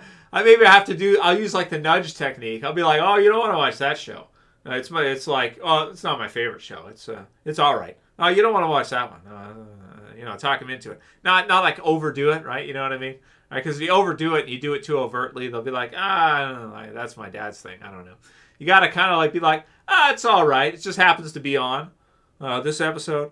It's like No Way Out. What do you think about that? Oh, what did you see? Oh, did you see the? Oh my goodness! Look! The person got that person got her hand caught and then by her kid and then she got eaten alive. Was that scary? What do you think? It's like, oh no, there's a shot went off. Oh no, it hit Carl in the eye. What do you think? What do you think? Yeah, talk him into it. What do you think about that? I don't know. Ninja Turtles first, yeah. Killing Carl ruined the show, says the anime player. I don't know. It turned out awesome anyway. It's okay. Whatever. It's a zombie show. People die. It's just what it is. Look at the Flowers says, just use the apocalypse technique and send them outside. Yeah. That's true, could do. Absent baby daddy. They should have brought back Travis instead of Madison.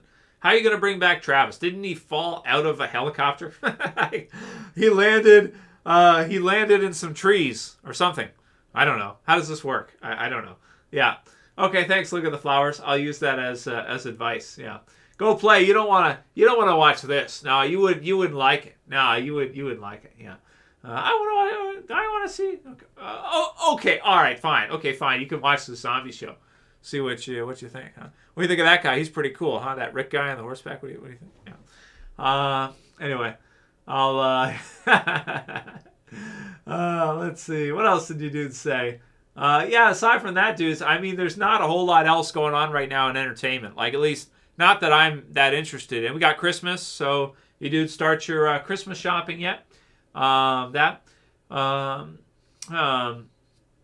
Yeah, Mika Hurd says, I have trouble saving any money. It's true, Mika. I'll give you a trick that you can do. Work overtime or pick up a second job. And it does a couple things. Picking up a second job is really good. Because what you do is you work so much that you don't really have a chance to go out and spend it that much. So one of the things is that people spend a lot of money if they have too much time off. So if you work 2 jobs, then you won't really have time to go out and spend that much money because you'll be working all the time. So it's a double win. First of all, you're working all the time, so you're not spending that much money because you're not going out that much, aside from going to work. And then aside from that, also you earn more money because you got a second source of income coming in, additional. So that's a trick. So that's something you can do. If you're saving for a house or something, I'm telling you, it's worth it. I know it sucks working 50, 60 hours a week, but it's a good thing to do. It's worth it, man. I'm telling you. It saves you money in the long run too, because if you get a place, at an okay price, later on it'll appreciate, probably, most likely, and you don't have to just pay rent all the time. Paying rent forever is a good way to destroy wealth. You can't really. It's hard to create wealth if you're renting, because there's a price premium involved with just living. So you're giving money away just to live. So that's difficult to build wealth if you're just getting by. You kind of want to have your own thing if you can. It's hard. I'm not saying it's easy. I know it's hard. But yeah, the second job is a way to do it. So, or start a business on the side. That's a good way to do it too. Starting a business is sort of like a second job. Yeah. Sometimes it can take up even more hours, but it might not pay. It might not pay right away. If you're starting a business, it takes a couple years to start to get into the green. You got to buy tools and whatever other stuff you're doing. So yeah, absolutely. So let's see, what else did you say? I think we tackled most of your dudes' questions here so far. Let's see, what else did you say?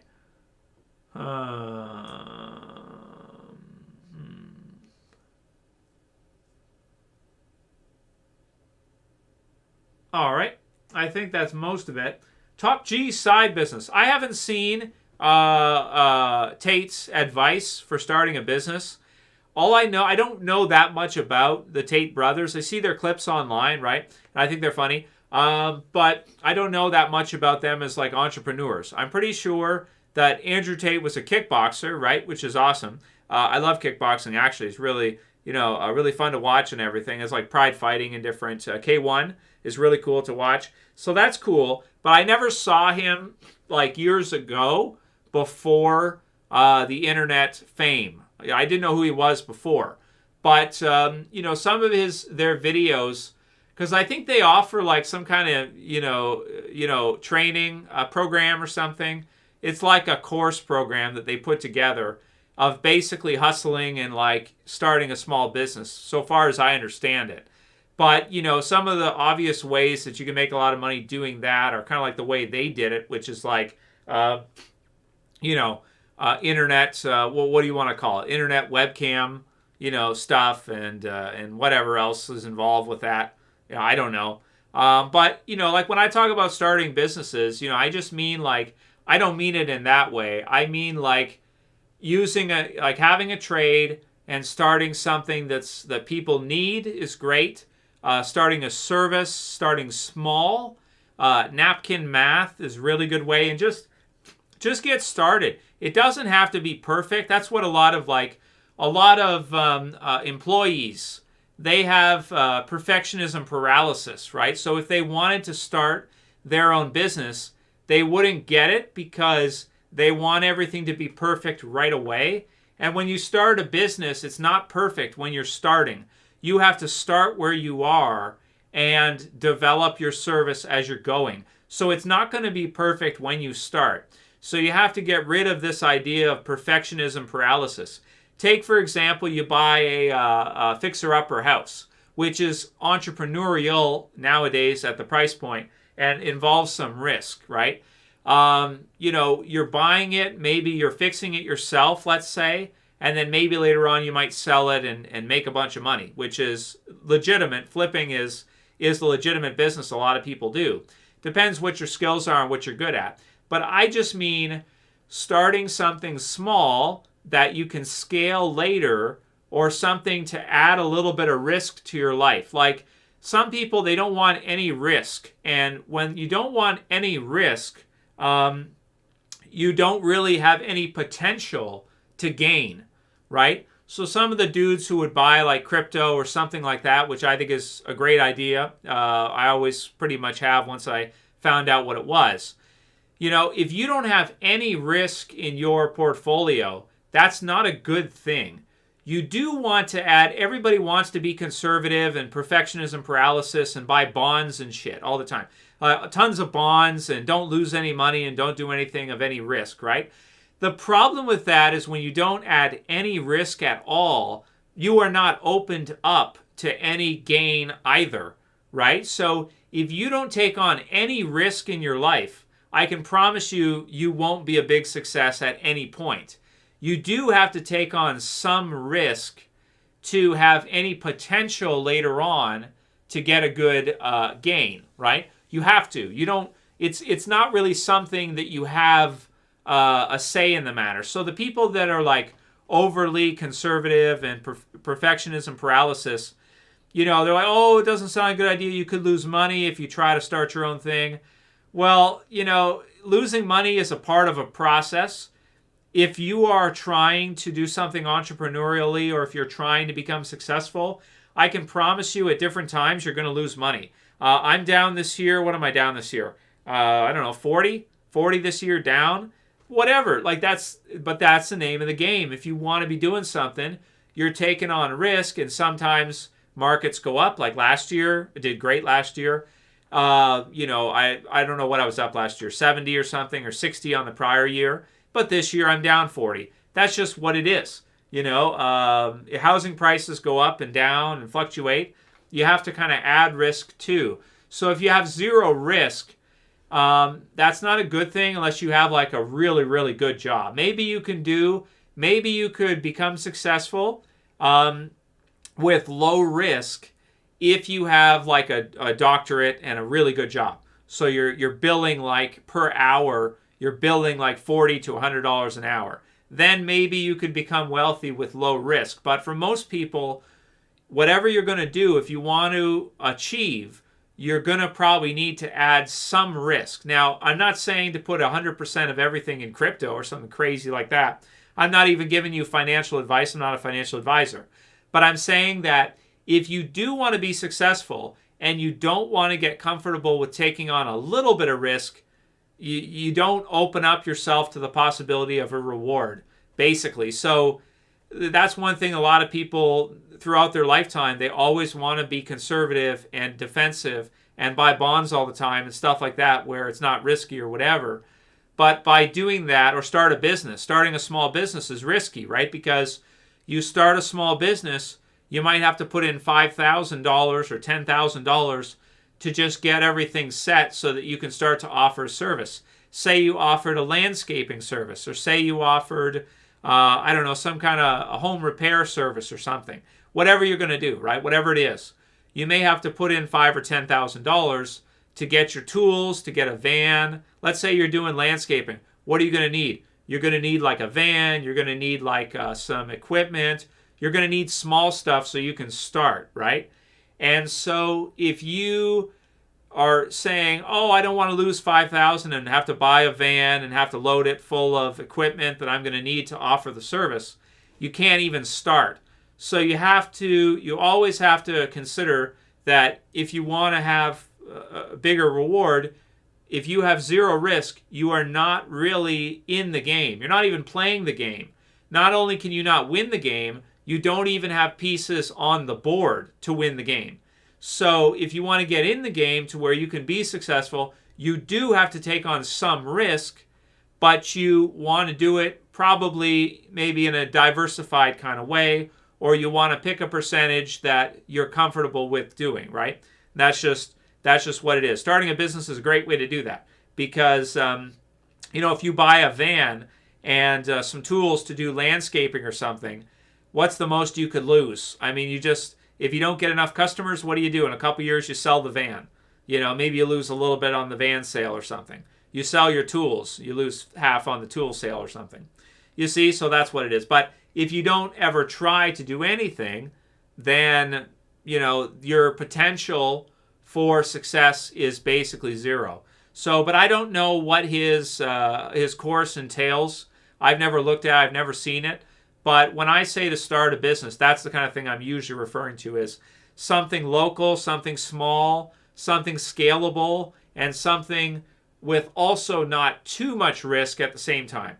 You want some risk, but you don't want crazy risk to where if it goes wrong, you're underwater and you go bankrupt or something. I wouldn't want you guys to be going bankrupt and doing crazy stuff, but I also don't want you to, I wouldn't want you to be so scared that you don't take on any risk and thus you eliminate your possibility for any success. You see? So I'm not opposed to whatever his Top G course is offering or anything like that. Maybe it's great. I don't know. I haven't looked through it. But definitely learning is a great way. Buying books to start. If you want to be an entrepreneur, buying books, reading, a dozen or 24 books on entrepreneurship, getting started, learning how that works, and then picking something that you could do that, that you'd be good at and going with that, for example. So that's what I mean when I say like starting something small, starting a small business. So I'm not a rap guy, the anime player. So Tupac versus Biggie, who was better? I'm not a rap guy. I don't really like either of them. I don't really care. What'd you ask here, Tyler Jackson? You said I ignored your question. What did you ask? Why did they kill Travis in Fear the Walking Dead? It was so random. It felt like they were just going to build up his character after his son died, and then they killed him 2 episodes later. I know why, Tyler. He got a role in Avatar, one of the Avatar movies. Now, the movie might have been canceled, I'm not sure, but the actor, I think his name is Cliff Curtis, I think, for Fear the Walking Dead, who played Travis, he got another role in a different series, so he was going to switch, and so they killed him off. And he went to Switch, and I don't know if the movie got canceled or something, or maybe it's out or something. I don't know. I haven't seen. I don't watch Avatar, so I don't know. He got another job, basically, is what it is. Actually, all my favorite books are banned, San Andreas. All my books that I would say are key reading are actually illegal. You're not even in certain places. Some of the text you can get thrown in jail for. Some of them. All the best ones are banned. That's what I'll say. So if you want to know all the best stuff, you got to go to all the stuff that's banned. And then if you buy that, you read that, you'll really understand why it's banned, how it works, everything included with that. But I won't tell you the names here on YouTube. I won't tell you the names at all. You're going to have to go and find them out for yourselves. But I have a top 3 list. I'm trying to think if there's one I could give you that I could say the name of on YouTube. They won't be top 3. No. Top conspiracy books that I can tell you the name of. No, I can't tell you. You'll have to go and look at them, find them yourself. But yeah, find all the banned ones. Find a list of the most banned documents and get those. And then you might start to kind of like, it might start to loosen up your mind to where you start to understand that, oh wow, Okay, so there's certain things that are banned in our society. What are they? Why are they banned? And then you can kind of follow through with that. Yeah, I can't give you the name of them, but you'll have to see. I want to say one of them, but I'm not going to say it. I'm not going to say it. So I've talked about some of them before. Some of the ones I've talked about before, which I won't do again. I'm not gonna do that again. But some of the names are there of some of the best ones. So yeah. Oh, there's lots of ones that are banned. Yeah. Give me a minute. I'm trying to think if I could say anything to you here on stream on YouTube that would be okay.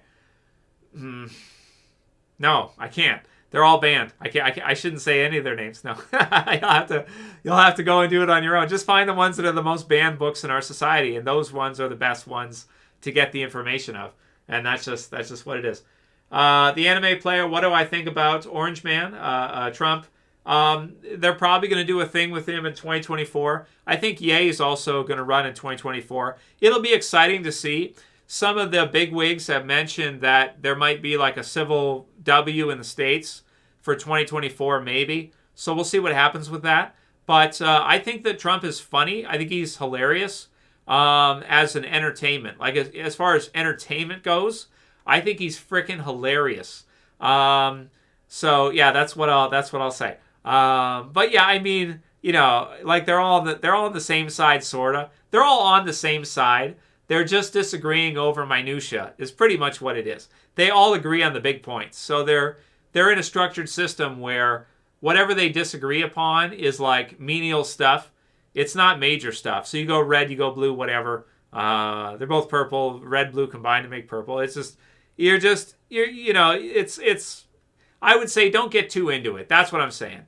Have fun with the red, blue stuff, but don't get too into it because it's just, it's just whatever. It's not a, it's like a show. It's like a TV show. It's like Walking Dead, right? You're just watching a show, and for the most part, there might be minor differences, but don't get too upset about whatever happens politically. Because some people online go crazy and stuff, right? It's pretty funny. Yeah. So is what it is. But I think he's funny. I think he's entertaining. That's what I'm saying. Oh, there's all kinds of oat milk that are banned. There's tons of books that are banned and texts that are banned. But you can go and find out which ones are banned and then read them. That's all you have to do. Just find out which ones they don't want you to read, that they ban them, and go read them. That's it. That's all. So, and some of them are their own books. Like you could buy. I did a video on. I removed it. This one, you could say, is the Blue Book, the Great Reset book. So you could read that. I read it a couple times. I reviewed it in the channel. Then I had to take the video down later. But that's a book that's not banned. It's on Amazon. You could go buy that book on the Great Reset. Just go buy that, read that if you want. And then watch a lot of his videos and interviews and stuff and see that it's not even hidden there. They're just telling you straight out what they want to do, and then they're doing it. So there's really nothing about it that's really conspiratorial. They released an official book. You go do it. It's not banned or anything. It's on Amazon. So, but a lot of the best books are not on Amazon. A lot of them are hidden. So you might have to find them online, third-party sites, stuff like this. Download them and read them on PDF. Print them out, whatever. You might have to do that if you want to there. World War III. No, maybe in like a show way. But as far as like, oh my God, they're going to nuke us, we're going to nuke each other, and they're doing like the Oppenheimer movie, right? It's like, oh, they're all going to nuke us, oh my God, Chicken Little, right? Chicken Little running around, oh my God, the sky's falling. No, I'm not one of those guys, man. I'm sure everything will be just fine, and it's just it's just what it is. No, I don't think there'll be a big World War III. There might be small wars, and there might be an okay sized war, but I don't. I wouldn't get involved in it. I don't really want to say anything. But no, I'm not. I don't think that's going to happen. I don't think so. I don't think anything major is going to happen on that front. No, I don't think so. Yeah. Should I feel guilty to read banned material? So here's the thing. Left Shoe Fits wants to know. Should I feel guilty if I read something that's banned? Okay, so let me ask you a question here. Left shoe fits. If you're in an open, free society, okay, I take it you're in an open society. You're not in a closed society. You're in an open society. Okay. Should there be anything banned, really? Should there be any texts that are banned in an open and free society? Should anything be banned? And the answer is probably not. If it's a book that's been released, should the regime be able to ban it or book burn it? That's book burning, basically. Get rid of it off Amazon. Make sure that Chapters and Indigo Books and the stores, Barnes & Noble, don't have it. If you're in a real free society, should any books really be banned? Or should everything be available if people want it based on the market? If you're in a real free and open society, you should be able to read whatever you want, right? So that's it. So it has an implicit undertone of something's not right if something is banned right in it, right? It has an implicit understanding right underneath that in the basement of this architecture of thought. In the basement, you should get a sense that if anything is banned in a free and open society, something's not right. Okay? So let's go down the basement and see if there's a flood or something. Right? I hear a drip. Let's go find out what that drip is. So that's what I'm saying. So no, nothing should really be banned. You should have the opportunity to go and read it. But that's not real life. There are a lot of texts that are banned. So yeah. So basically, that's what it is. Yeah. So I used to make videos like that, where I would do reviews on banned books and on banned texts, and I would do videos on them, presentations on them, and I was going to keep doing it, but it's not allowed. So yeah. So because there's all kinds of stuff that they don't want average person to know. So you're going to have to go and figure it out on your own. I can't tell you where to go or what to do or anything. You got to go do that on your own. Yeah, absolutely. You got it, Wild. You got it.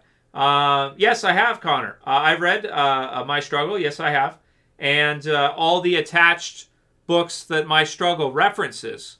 So My Struggle references all kinds of other books that are also banned. So it's not just one book by itself. It's actually a whole. It's a whole trace through. You don't get the whole story in just My Struggle. You have to go through My Struggle if it's like a real version, not edited like crazy. Which I'm sure whatever you get at the stores, Barnes & Noble, Amazon, will probably be edited to all hell. So you'd have to go through that, and you'd have to find all of the other books that it references as legitimate text. And that just comes down to intelligence and different groups and what intelligence they were able to ascertain, and why they did what they did and what the reason was. In open society, they'll just tell you he was crazy, right? That's why. This crazy guy. He had this stupid mustache, which was really ugly and stupid, and he was crazy. So that's why he did all these things. They won't tell you why all these things happened, the underlying reason for it, because that's been encrypted and closed off into banned sections. So they've taken all that, they've banned it off, pushed it away, so you don't get to get that information. They just give you, the version that they want you to have, basically. But yeah, I've read it, and basically everything attached to it. Yeah, absolutely. So yeah. No, I don't know. I don't know. Maybe, so you think tech, so as far as tech is concerned, a lot of weapons manuals they actually have online. A lot of those are not banned, actually. A lot of them are released. So a lot of those are not banned. Yeah, I don't have a gripe about if you want to say, well, we shouldn't give weapons tech in documents. Like, we shouldn't explain weapons tech. Okay, fair enough. I'm not even talking about that. I'm talking about just information about parties and which groups are which and who's who, that kind of stuff. Which groups are which. Who was actually fighting in WW2? who was actually at war in WW2, which groups, right, were actually there, who was the Axis actually going against. And all I can do is ask you questions. I can't answer them. I'm not supposed to, on YouTube anyway. Yeah, that's a good way to get banned. So I wish we could go through and talk about all the different, groups and stuff, but no, not allowed. Yeah. Anyway, let's see. What else did you say here? The anime player said, do you think they should have killed Sophia off? It would have been cool to see her dark and badass moment. Like if she would have been able to progress and develop as a character and grow up. That would have been cool, but they did it with Pretty Much Dead Already, which was an awesome episode, one of the best ever. So I thought it was great. It was also a big part of Season 2, which, makes Season 2's mid-season finale special. So you got to do something. If they don't do anything, then, as you go through the show, people would have gotten bored if you didn't have any character deaths or anything. So, all right. Yeah, they are. That's right. Well, it's encrypted. A lot of it's encrypted. That's the way I look at it. I look at it as a lot of information in our system is encrypted. And if you want to decode it or you want to decrypt it, you need to have the key. You need to have some information to decrypt other information. And so a lot of it's just kind of encrypted and sealed off. And people in open societies, they just are, maybe they're not interested, they don't want it, or they don't want, like some of you might have trepidation about reading some stuff that's banned to try to understand, get the information. Doesn't mean that you have to do anything with it. You could just throw it away. If it's junk, you just skip over it and you throw it in the garbage or something, right? But so it's up to you what you want to do. It's your choice. But yeah, there's all kinds of good stuff. I wish we could talk about it, but we can't. So that's all I'll say. It's just that there's all kinds of really good stuff. I wish I could do a top 5 or top 10 list and publish it on YouTube, but we can't. So yeah, that's just what it is. But YouTube has a lot of built-in censorship as well. That if you say different ideas and different things, you can get banned too. So we gotta be careful. It kind of sucks, but that's a 1189. That's part of encryption. That's part of sealing, hermetically sealing off sections of information, right? So a lot of the information in our world is hermetically sealed. It's sealed off from open society. So open society is just your masses basically, and a lot of information is not given to them. It is hermetically sealed off. And there's reasons for that.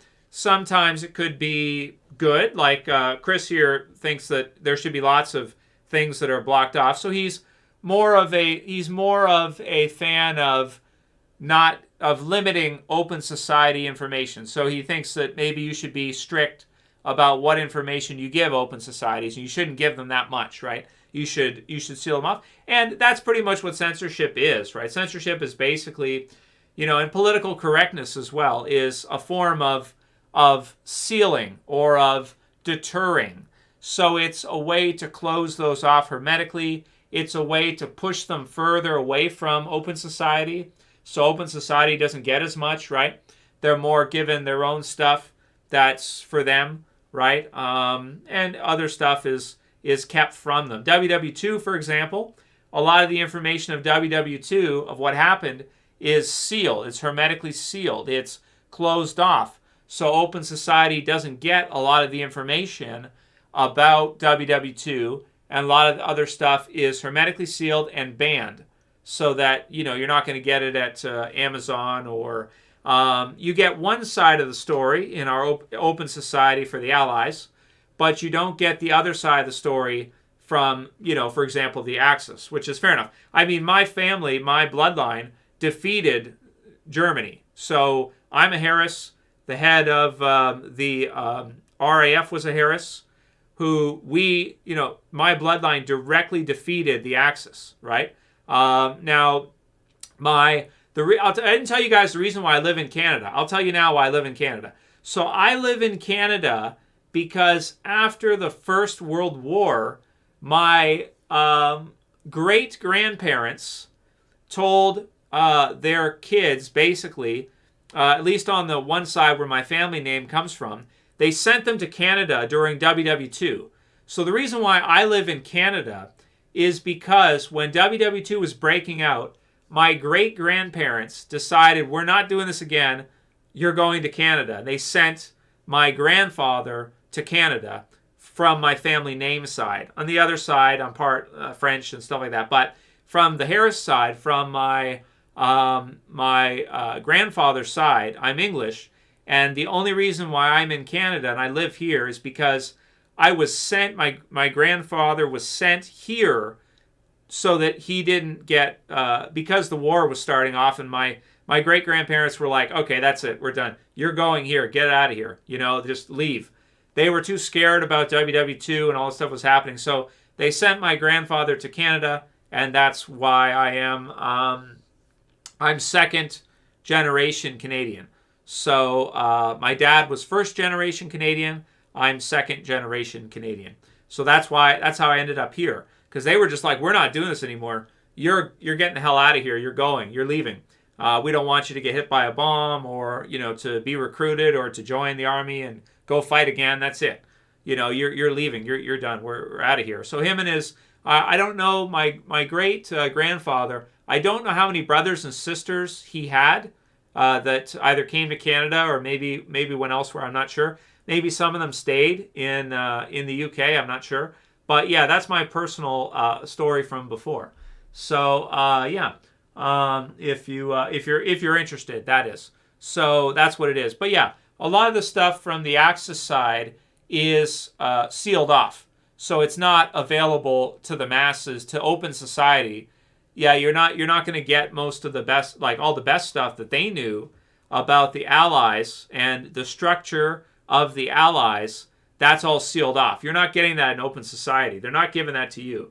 So if you want to get it, it's banned. If you want to know what happened, it's banned. If you really want to know, though, you're going to have to try to dig through it. So, and it crosses over from open society into closed societies a bit. So that's what it is. So I hope that makes sense. I hope that makes sense to you. If it doesn't, it's okay. Just stay in your open thing and just do whatever people tell you to do. Okay, that's it. That's it. I'm not saying to you you have to change your mind or do it. No, just stay where you are. Then be agreeable and just do what they tell you to do, and that's fine. You won't get any trouble that way. That's a good way. And it's probably the reason why people do that is I'm sure it's a survival technique as well. Because if you're just like super agreeable and you just like agree to whatever people tell you, you're not going to get in any trouble for it, right? So, so that's why.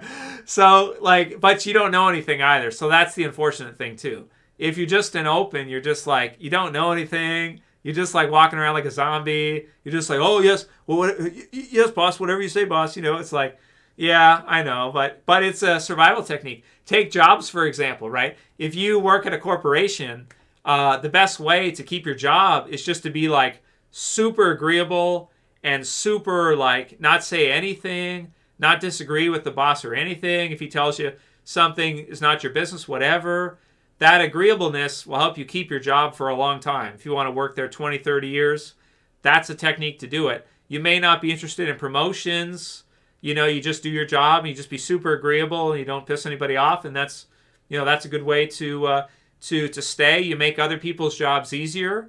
That's a good way to stay for, decades at a position. Make their job easier and don't give them any resistance and don't disagree with them at all. That's a survival tech. It's got to be a survival technique, right? So yeah, that's what it is. So yeah, but that's my personal story of kind of WW2 from my direct family, right? My direct family and then my extended bloodline that fought the Axis, right? So my family and my bloodline directly fought the Axis. We fought them, okay? But for my grandfather, my great-grandparents were like, not again. Not after WW1. Not again. We're not doing this again. You're leaving. Go here. You'll be safe there. That's what they wanted. I don't know. Probably my great-grandmother was probably like, you're going, not you. This isn't happening to you. And I don't know before that. Like, I don't know if my great grandparents, if any of their siblings might have died in the wars, probably some of them, so that's that's why I live here. That's why I'm here. So that's what it is. Anyway, wars are nasty, especially world wars. They're really nasty. So, yeah, this is what it is. Yeah. Oh, Flint says, "Oh, hi, Trev. Didn't know you were streaming. My bell notifications don't work. Oh, that's all good, dude. I know that the bell notifications are not perfect. So yeah, I love to talk about more advanced stuff. The problem is that with the more advanced stuff, for Chris and anybody else who's listening, what happens is with the more advanced stuff, you're crossing over from open society and you're going in more into closed society, and that's a problem because they don't really want stuff from the closed societies coming into the open society. They want to keep that sealed off to the closed societies. Okay, you see? So they don't want it to go into open society and become the norm. Open society is heavily managed in terms of what they know, right? Like what they know, what they understand, what information they perceive, their perception, their understanding of the world, right? Even with, if you look at wars and stuff, right? In wars, you have to be really careful what information goes from closed into open, because if it goes into open, your enemies also will know that information. Because once it goes into open, everybody in the masses who knows it, people from other countries are going to be able to come in and get that and take it for their side. So if there's like a WW2 or whatever, the information that's available to open society, to open citizens, is also available to other countries too. So that's why open society is very heavily managed with regard to what they know. And they don't really want a lot of different things going from one to the other so that they could also be given to said country, other countries, like Russia or wherever, whatever's going on, whatever. Germany and WW2, wherever. So they got to seal it off pretty good, yeah. So, yeah, Anime Player, thanks for watching. Have yourself a great night. Absolutely. So Darcy says that immigrants from that country did not teach their children that language, which is really sad. From which country are you talking, Darcy? Which country are you talking about? Yeah, I mean, like, my family's English, so, my language is still the same. So, yeah, hasn't changed. The Anime Player, who do you think killed Tupac? It's one of the unsolved cases. Why do you think it hasn't been solved? It's been years. Well, okay. So do you want to go open to closed, Anime Player?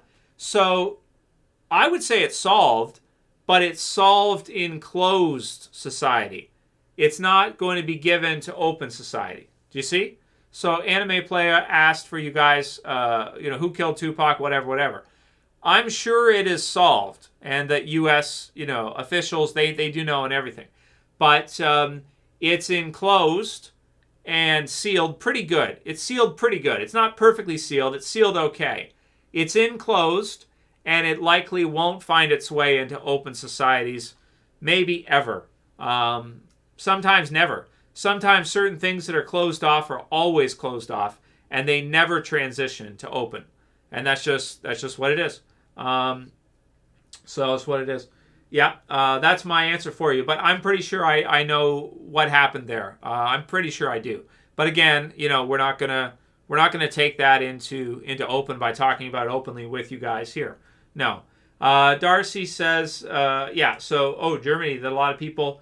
Well, they lost. So what do you want to say? Germany lost WW2. They were defeated by the Allies. So is what it is. At one time, they were, once they took France, they had almost the entire continent minus Russia. They basically had the whole place was part of Germany. They conquered France. France became part of Germany at that time. And so that's what it is. But also what happened too was that when Germany took France in WW2, the English sunk their fleet, the French fleet. So that was a really smart thing that they did, at least part of it. I think they sunk, depending on what sources you look at, they sank most of it, I think, the French fleet. So the French had a good fleet too. And the English, once France fell, the English decided to sink their fleet. That was a great decision. That was an awesome, awesome decision. If they didn't do that, and the French fleet would have fallen into Germany's hands, so you'd have the German fleet and the French fleet under German rule. The island might have been lost. They might have gotten it. It was close. WW2 was pretty close. The problem is that the Axis, the main problem is they couldn't fight indefinitely. They were running out of oil. They did run out of oil near the end against Russia. So they couldn't fight forever. They were blitzers. So they did great at the beginning. And they blitzed and they beat France and WW2 quickly. Nobody expected that. Using things like radio communication and blitz tactics. So they send in the Stukas. They bomb around and they create the fuzz. They create smoke and debris, and then they blitz through it. So that was a cool war tactic. That was a new tactic. That was a new tactic for WW2 that in WW1 we hadn't seen. WW1 was mainly trench warfare. The guys would go down in the trenches and just sit there, and they'd almost gain no ground. They just shoot each other when they run up, and they just sit there. And then the French built the Maginot Line, which was basically impenetrable. So the Germans blitzed around it. It was a tricky tactic. It was a risky tactic, high risk. You want to talk risk? That was very high risk, but they went around it and they were able to do it. Maybe they infiltrated part of the French officers and stuff. Maybe they infiltrated some of them, but they were able to go around it, and that's what they were able to do. But then when they had the fleet, the French fleet, the English sank it so that they wouldn't be able to use it to cross the channel. So to go from the European continent across the English Channel, I believe it's called English Channel, to the kingdom. Yeah. So that's what it is. So, but they did well for a while, but eventually, they didn't have the resources either. So they were going to lose eventually. Eventually, we would have just bombed them forever. Basically, is what would have happened. Even if Russia didn't defeat them on that side, on that front, even if Russia lost, we would have just bombed them forever. I mean, like, we would have bombed them for 100 years. They would have lost eventually. We would have just drop more bombs on them.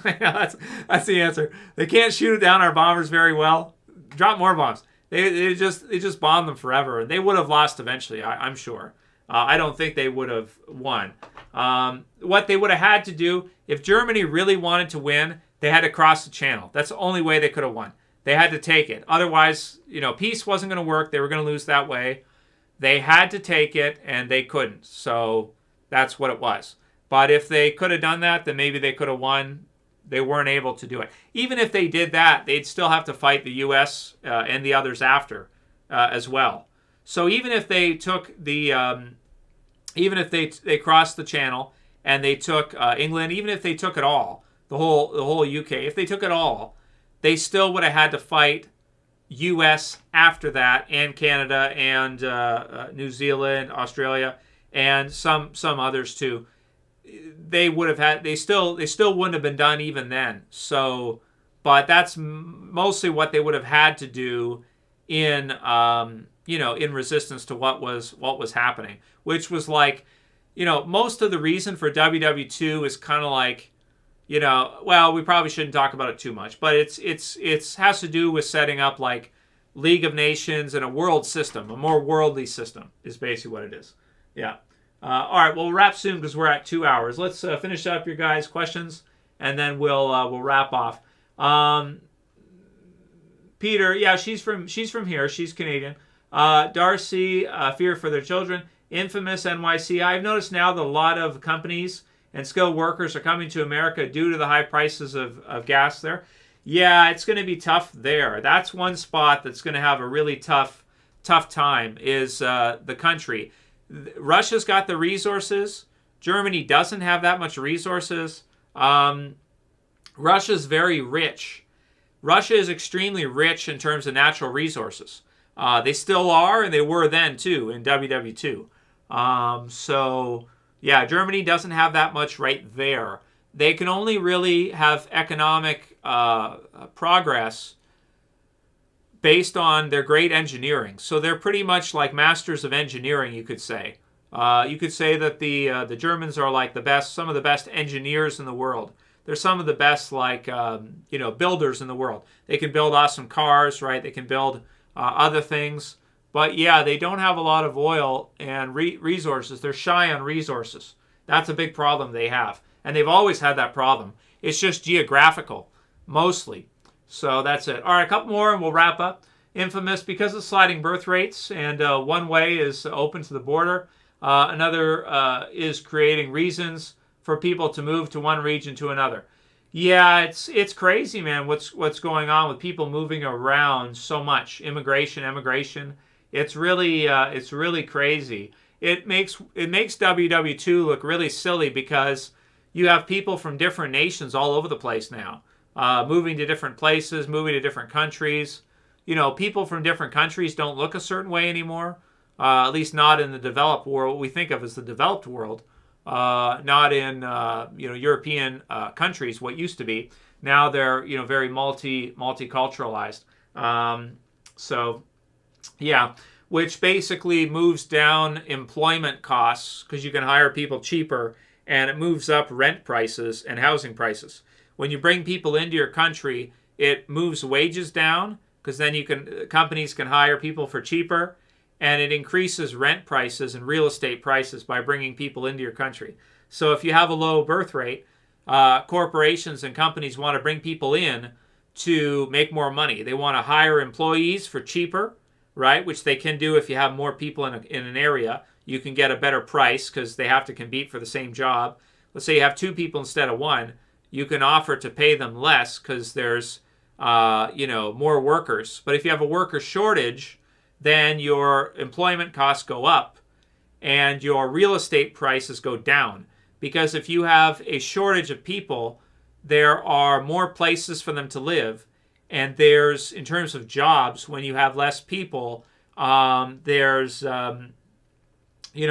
job prices go up. They have to pay employees more when there's less people. But when you bring people into the country and increase the population by doing so, you drive up rent prices, you drive up real estate prices, and you drive down corporation employee costs because you have more people that you can hire amongst, right? So if you don't have enough engineers, by them bringing in more people from, other countries that could be good at engineering, the corporations can pay less and get maybe, somewhat, comparable in quality engineer, right? Maybe better. Who knows where they come from? Depends. So that's why you see a lot of that. But it's all about a global world system now. So that's what it is. So there's a lot of money involved. It's beneficial to corporations. They love immigration because they can bring people in. They can pay people less. It knocks it down. And then if they're in the real estate business, they're making more profit. The last thing real estate people want is less people. Because when you have an inverse population pyramid, when you have a shrinking population, your real estate prices will go down. And the whole real estate business is based around appreciation. Like in Canada, it's 5 or 6% appreciation on houses. But if you have a shrinking population, then your housing costs, your housing prices actually, with a shrinking population, they go down. So homeowners lose value on their homes because there's less people to live in the homes and rent the rooms in the homes. You see? So by bringing people in from other areas, it favors the top 5%, let's say, or 3%. Because let's be honest here, nobody below the top 3 or 4% owns more than one property. Almost nobody who's a landlord is in like the bottom 10 or 20% of people in terms of, income and money, right? The people at the top are the ones that own the real estate. The 1%ers, 2%ers, 3%ers, they own extra properties that they can rent out. They own apartment buildings. They own, all motels, hotels, stuff like this, right? If you don't have as many people, they're not making money. None of them are making money. They're losing money. because no one's renting from them and no one's buying their houses, their extra houses, house value, everything. So that's why, you see a lot of, people, the elites fighting for a lot of immigration and diversity and all this stuff. It's their strength, right? It's corporations' strength. It's not your strength as a citizen. It's not your strength that they're bringing people in. It's the strength of the top people who own the houses and own the businesses and want to pay people less money and want to sell their properties for more money and want to rent their properties for a higher premium on rent prices. It's their strength. It's not your strength. Let's be clear here. It's not your strength. It's their strength. So diversity is owner's strength. That's what it is. It's not your strength as a citizen.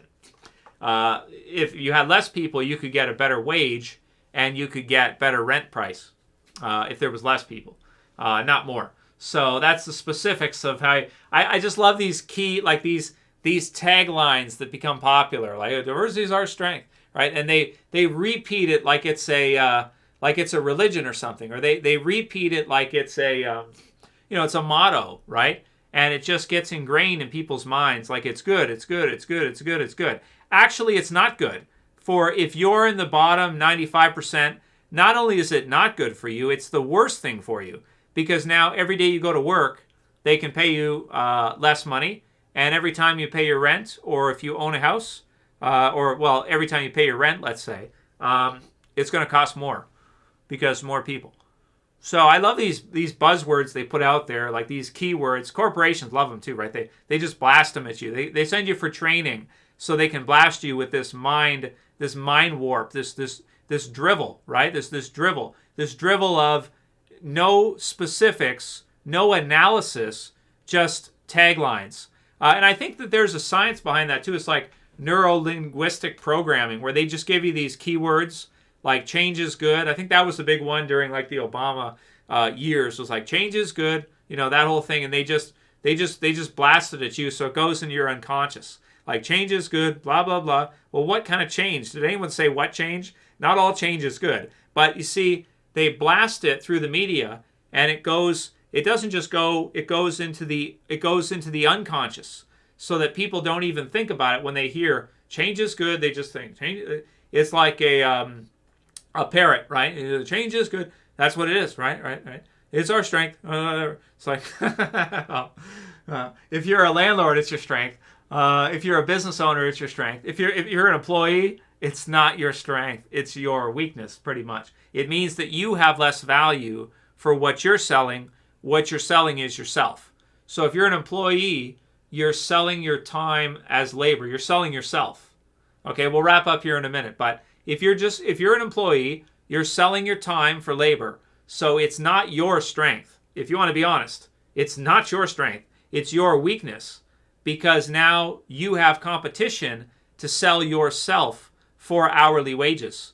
So if you're the only one to show up for a job, you can demand higher wages, you can ask for better pay, you can do all that, and the employer has to say, you know what, I don't want to pay this guy this much, but he's the only guy with a hard hat on, ready here to build this, whatever I'm building, let's say a garage or something. So now I'm going to pay him. But if 3 guys show up, now the employer can say, oh, we got 3 people here, I want to build this thing, okay, how about 15? And then they all say, oh, I'll do it. And how about 14? And then 2 say, I'll do it, 1 guy leaves. Then 13, then the other guy says, oh, no, I don't want to do it. 12, 11. Okay, the other guy leaves. Okay, I'm not going to do it for 11. You have it for 11. Now that employer gets a rate much lower because there's more people to choose from. So, yeah, it's that's there you go. Infamous has got me. Trust the science. That's a good neuro-linguistic programming into the unconscious. You see it on TV over and over and over again. They say it. Trust the science. Trust the science. Trust the science. Go back to sleep. Go back to sleep. Go back to sleep. Go back to sleep. It's actually hypnotic. It's the same thing. You just repetition. Here you go. Here you go. Here you go. Here you go. You're going deeper, deeper, deeper, deeper. You're going into an unconscious state at that point, and the people have no idea. And it just goes in. And then you might ask them, well, why did you do such and such and such? And then you might get the program may engage. They'll say, I trusted the science. Change is good. I trust the science. Boom, it comes out, right? So that's where it goes. It goes into the underneath, the thoughts. So they don't even know, in terms of their mental architecture, the building blocks of their thinking. They don't even know that by watching the TV that many hours and hearing trust the science, change is good so many times, it's going to bypass the top part of the mind and it's going to go into the unconscious underneath. And then they're just going to, just robot mode, bro. Robot mode. I'm a robot, So that's what it is. Robot mode. NPC, robot. Change is good. Trust the science. That's what it is. So that's how it's done. The media cannot be underestimated in its power to manage open societies. The media is forget about nuclear bombs, forget about atom bombs, right? The media is the atom bomb. The media is the real nuclear bomb. Yeah. Subconscious, unconscious, however you want to say it. And I'm glad you like the stream, San Andreas and Infamous and everybody else. What else did you say here, Infamous? You had some good comments here, and you helped me out with the trust of science. I didn't even think of that one. It's like, oh yeah, that's so obvious. I didn't even think of it. Infamous says, just like Russia's benefited from the war along with the EU, getting most of the brunt of it. Yeah, land has value too. So if somebody can take land, you're right, it has a lot of value also. You can do things with it. You can sell it, whatever. So thanks, Ricky Cup. I appreciate it. And let's see. Infamous, they didn't really have, Germany after WW2 didn't really have much of a choice. They basically were defeated, so whatever the Allies wanted to take or do or charge them, they pretty much had to do. That's the sad thing about reality when it comes to, might is right. If a group is defeated, if a country's defeated or whoever, they pretty much have to do what the winner, the victor, tells them afterwards. So whatever that is, so it's kind of sad, but is what it is. It's just what it is. But I think right now, what we're seeing happen in the world right now is and I think a lot of people are clinging on. If you like the Star Trek stuff, they're Klingons. They're clinging on with the foreheads, right? They're Klingons.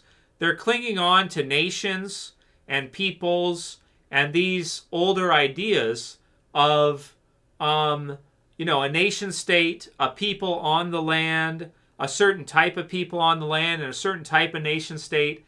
And they don't really understand that you're basically in a world system now, pretty much. There's small conflicts, but you're basically in a world system. You have the WEF and you have these international bodies, World Health Organization, others. This is an international world that we're in now. So moving people from one to another, if it helps corporations and it makes them extra money and extra profits, they're going to. It's just natural. They're gonna do it. If they get a 5% return rather than a 4 or 3, they're gonna do it. So is just really what it comes down to. So yeah, so there's a lot of people who are kind of like, they look at nation states as like a principal thing in open societies, right? But nation states are really, I think, in my mind, the way I think about it, they're really past tense. Nation states are really starting to move, into the past, right? If you look at different leaders of different countries, they're all members of the WEF. You saw it in the kingdom recently, right? You had what is it? Liz Truss, is that her name, right? Guess what she is? Oh, she's a member of the WEF. You had Boris. So guess what he is? Oh, he's a member of the WEF. You got Richie, the new guy. Oh, he's a member of the WEF. Oh, what a surprise! Shocker! What a surprise! So you have, and every country is basically like that. Here in Canada too, it's the same thing. Oh, you got him. Oh, he's a member. You got this person over there. If they win, oh, they're a member. You got that person over there. They win. Oh, they're a member. So it's all, becoming internationalized.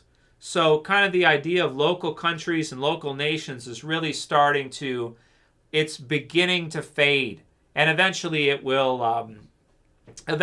go, I would say, entirely, where they're just territories and different regions, and that's what it is, and it's a whole world system. And you have certain people there at the top of the world system, and everybody, regardless of country and nation, is in said world system. Yeah, and so that's what it is. It's crazy, man. Yep. Yep. Well, all kinds of changes, that's for sure, and interesting stuff. Sometimes I find just learning about what's going on in real life to be more interesting than entertainment. Than Jeffrey Dahmer series on Netflix or other series. I find real life to be kind of more interesting than that, because we're seeing huge changes in the way that the world is run compared to WW2 time, where you have nations really at odds with each other like that. We're really seeing a world system get finished up. I think it feels like it's getting close to pretty much done now, at least from my view, my vantage point of looking at who's a member of what and where and why. It's really finishing up. Yeah. So that's the way I see it. So, yeah. Well, we'll see. We'll see, because I think another thing too, infamous, is if you read like some of the goals for, the different years, like 2030 and 2025 and different goal points, right? Year points that they have set for different things that they want to do. A lot of the stuff they want to do, though, is very ambitious.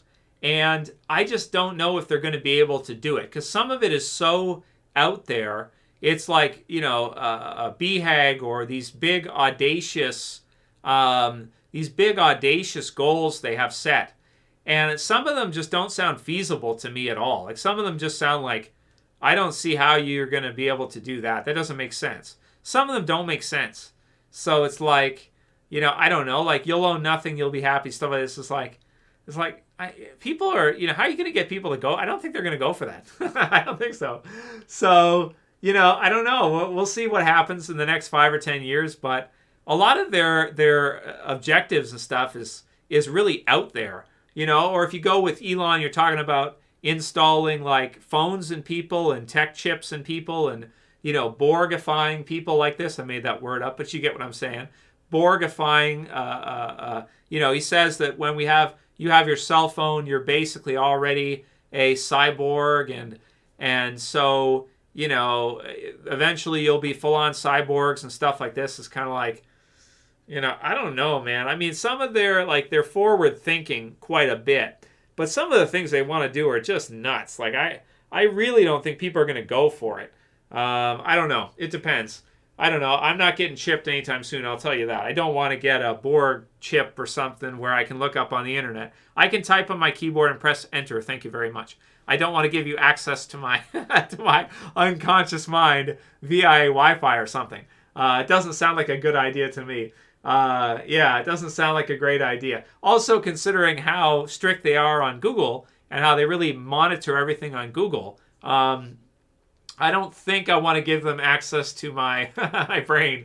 Let's wrap on that. Okay, all right. Well, I hope you guys had fun. Neuralink, that's what it's called. Thanks, Infamous, for helping me out. I should hire you as my assistant for streams, Infamous. you could be a second job for you. You could help me remind me of stuff I should refer to. Yeah, Neuralink. That's right. That's what they call it. And they want to do this thing where they like connect your brain to the internet and all this. This stuff is crazy. I mean, it's like, dude, but they censor the internet and they clean the information, and now you wanna have a direct feed into people's brains. Like how, I don't even like the stuff that they censor off Google. And you're gonna be, what about censorship? Are you gonna censor people's brains? I just don't.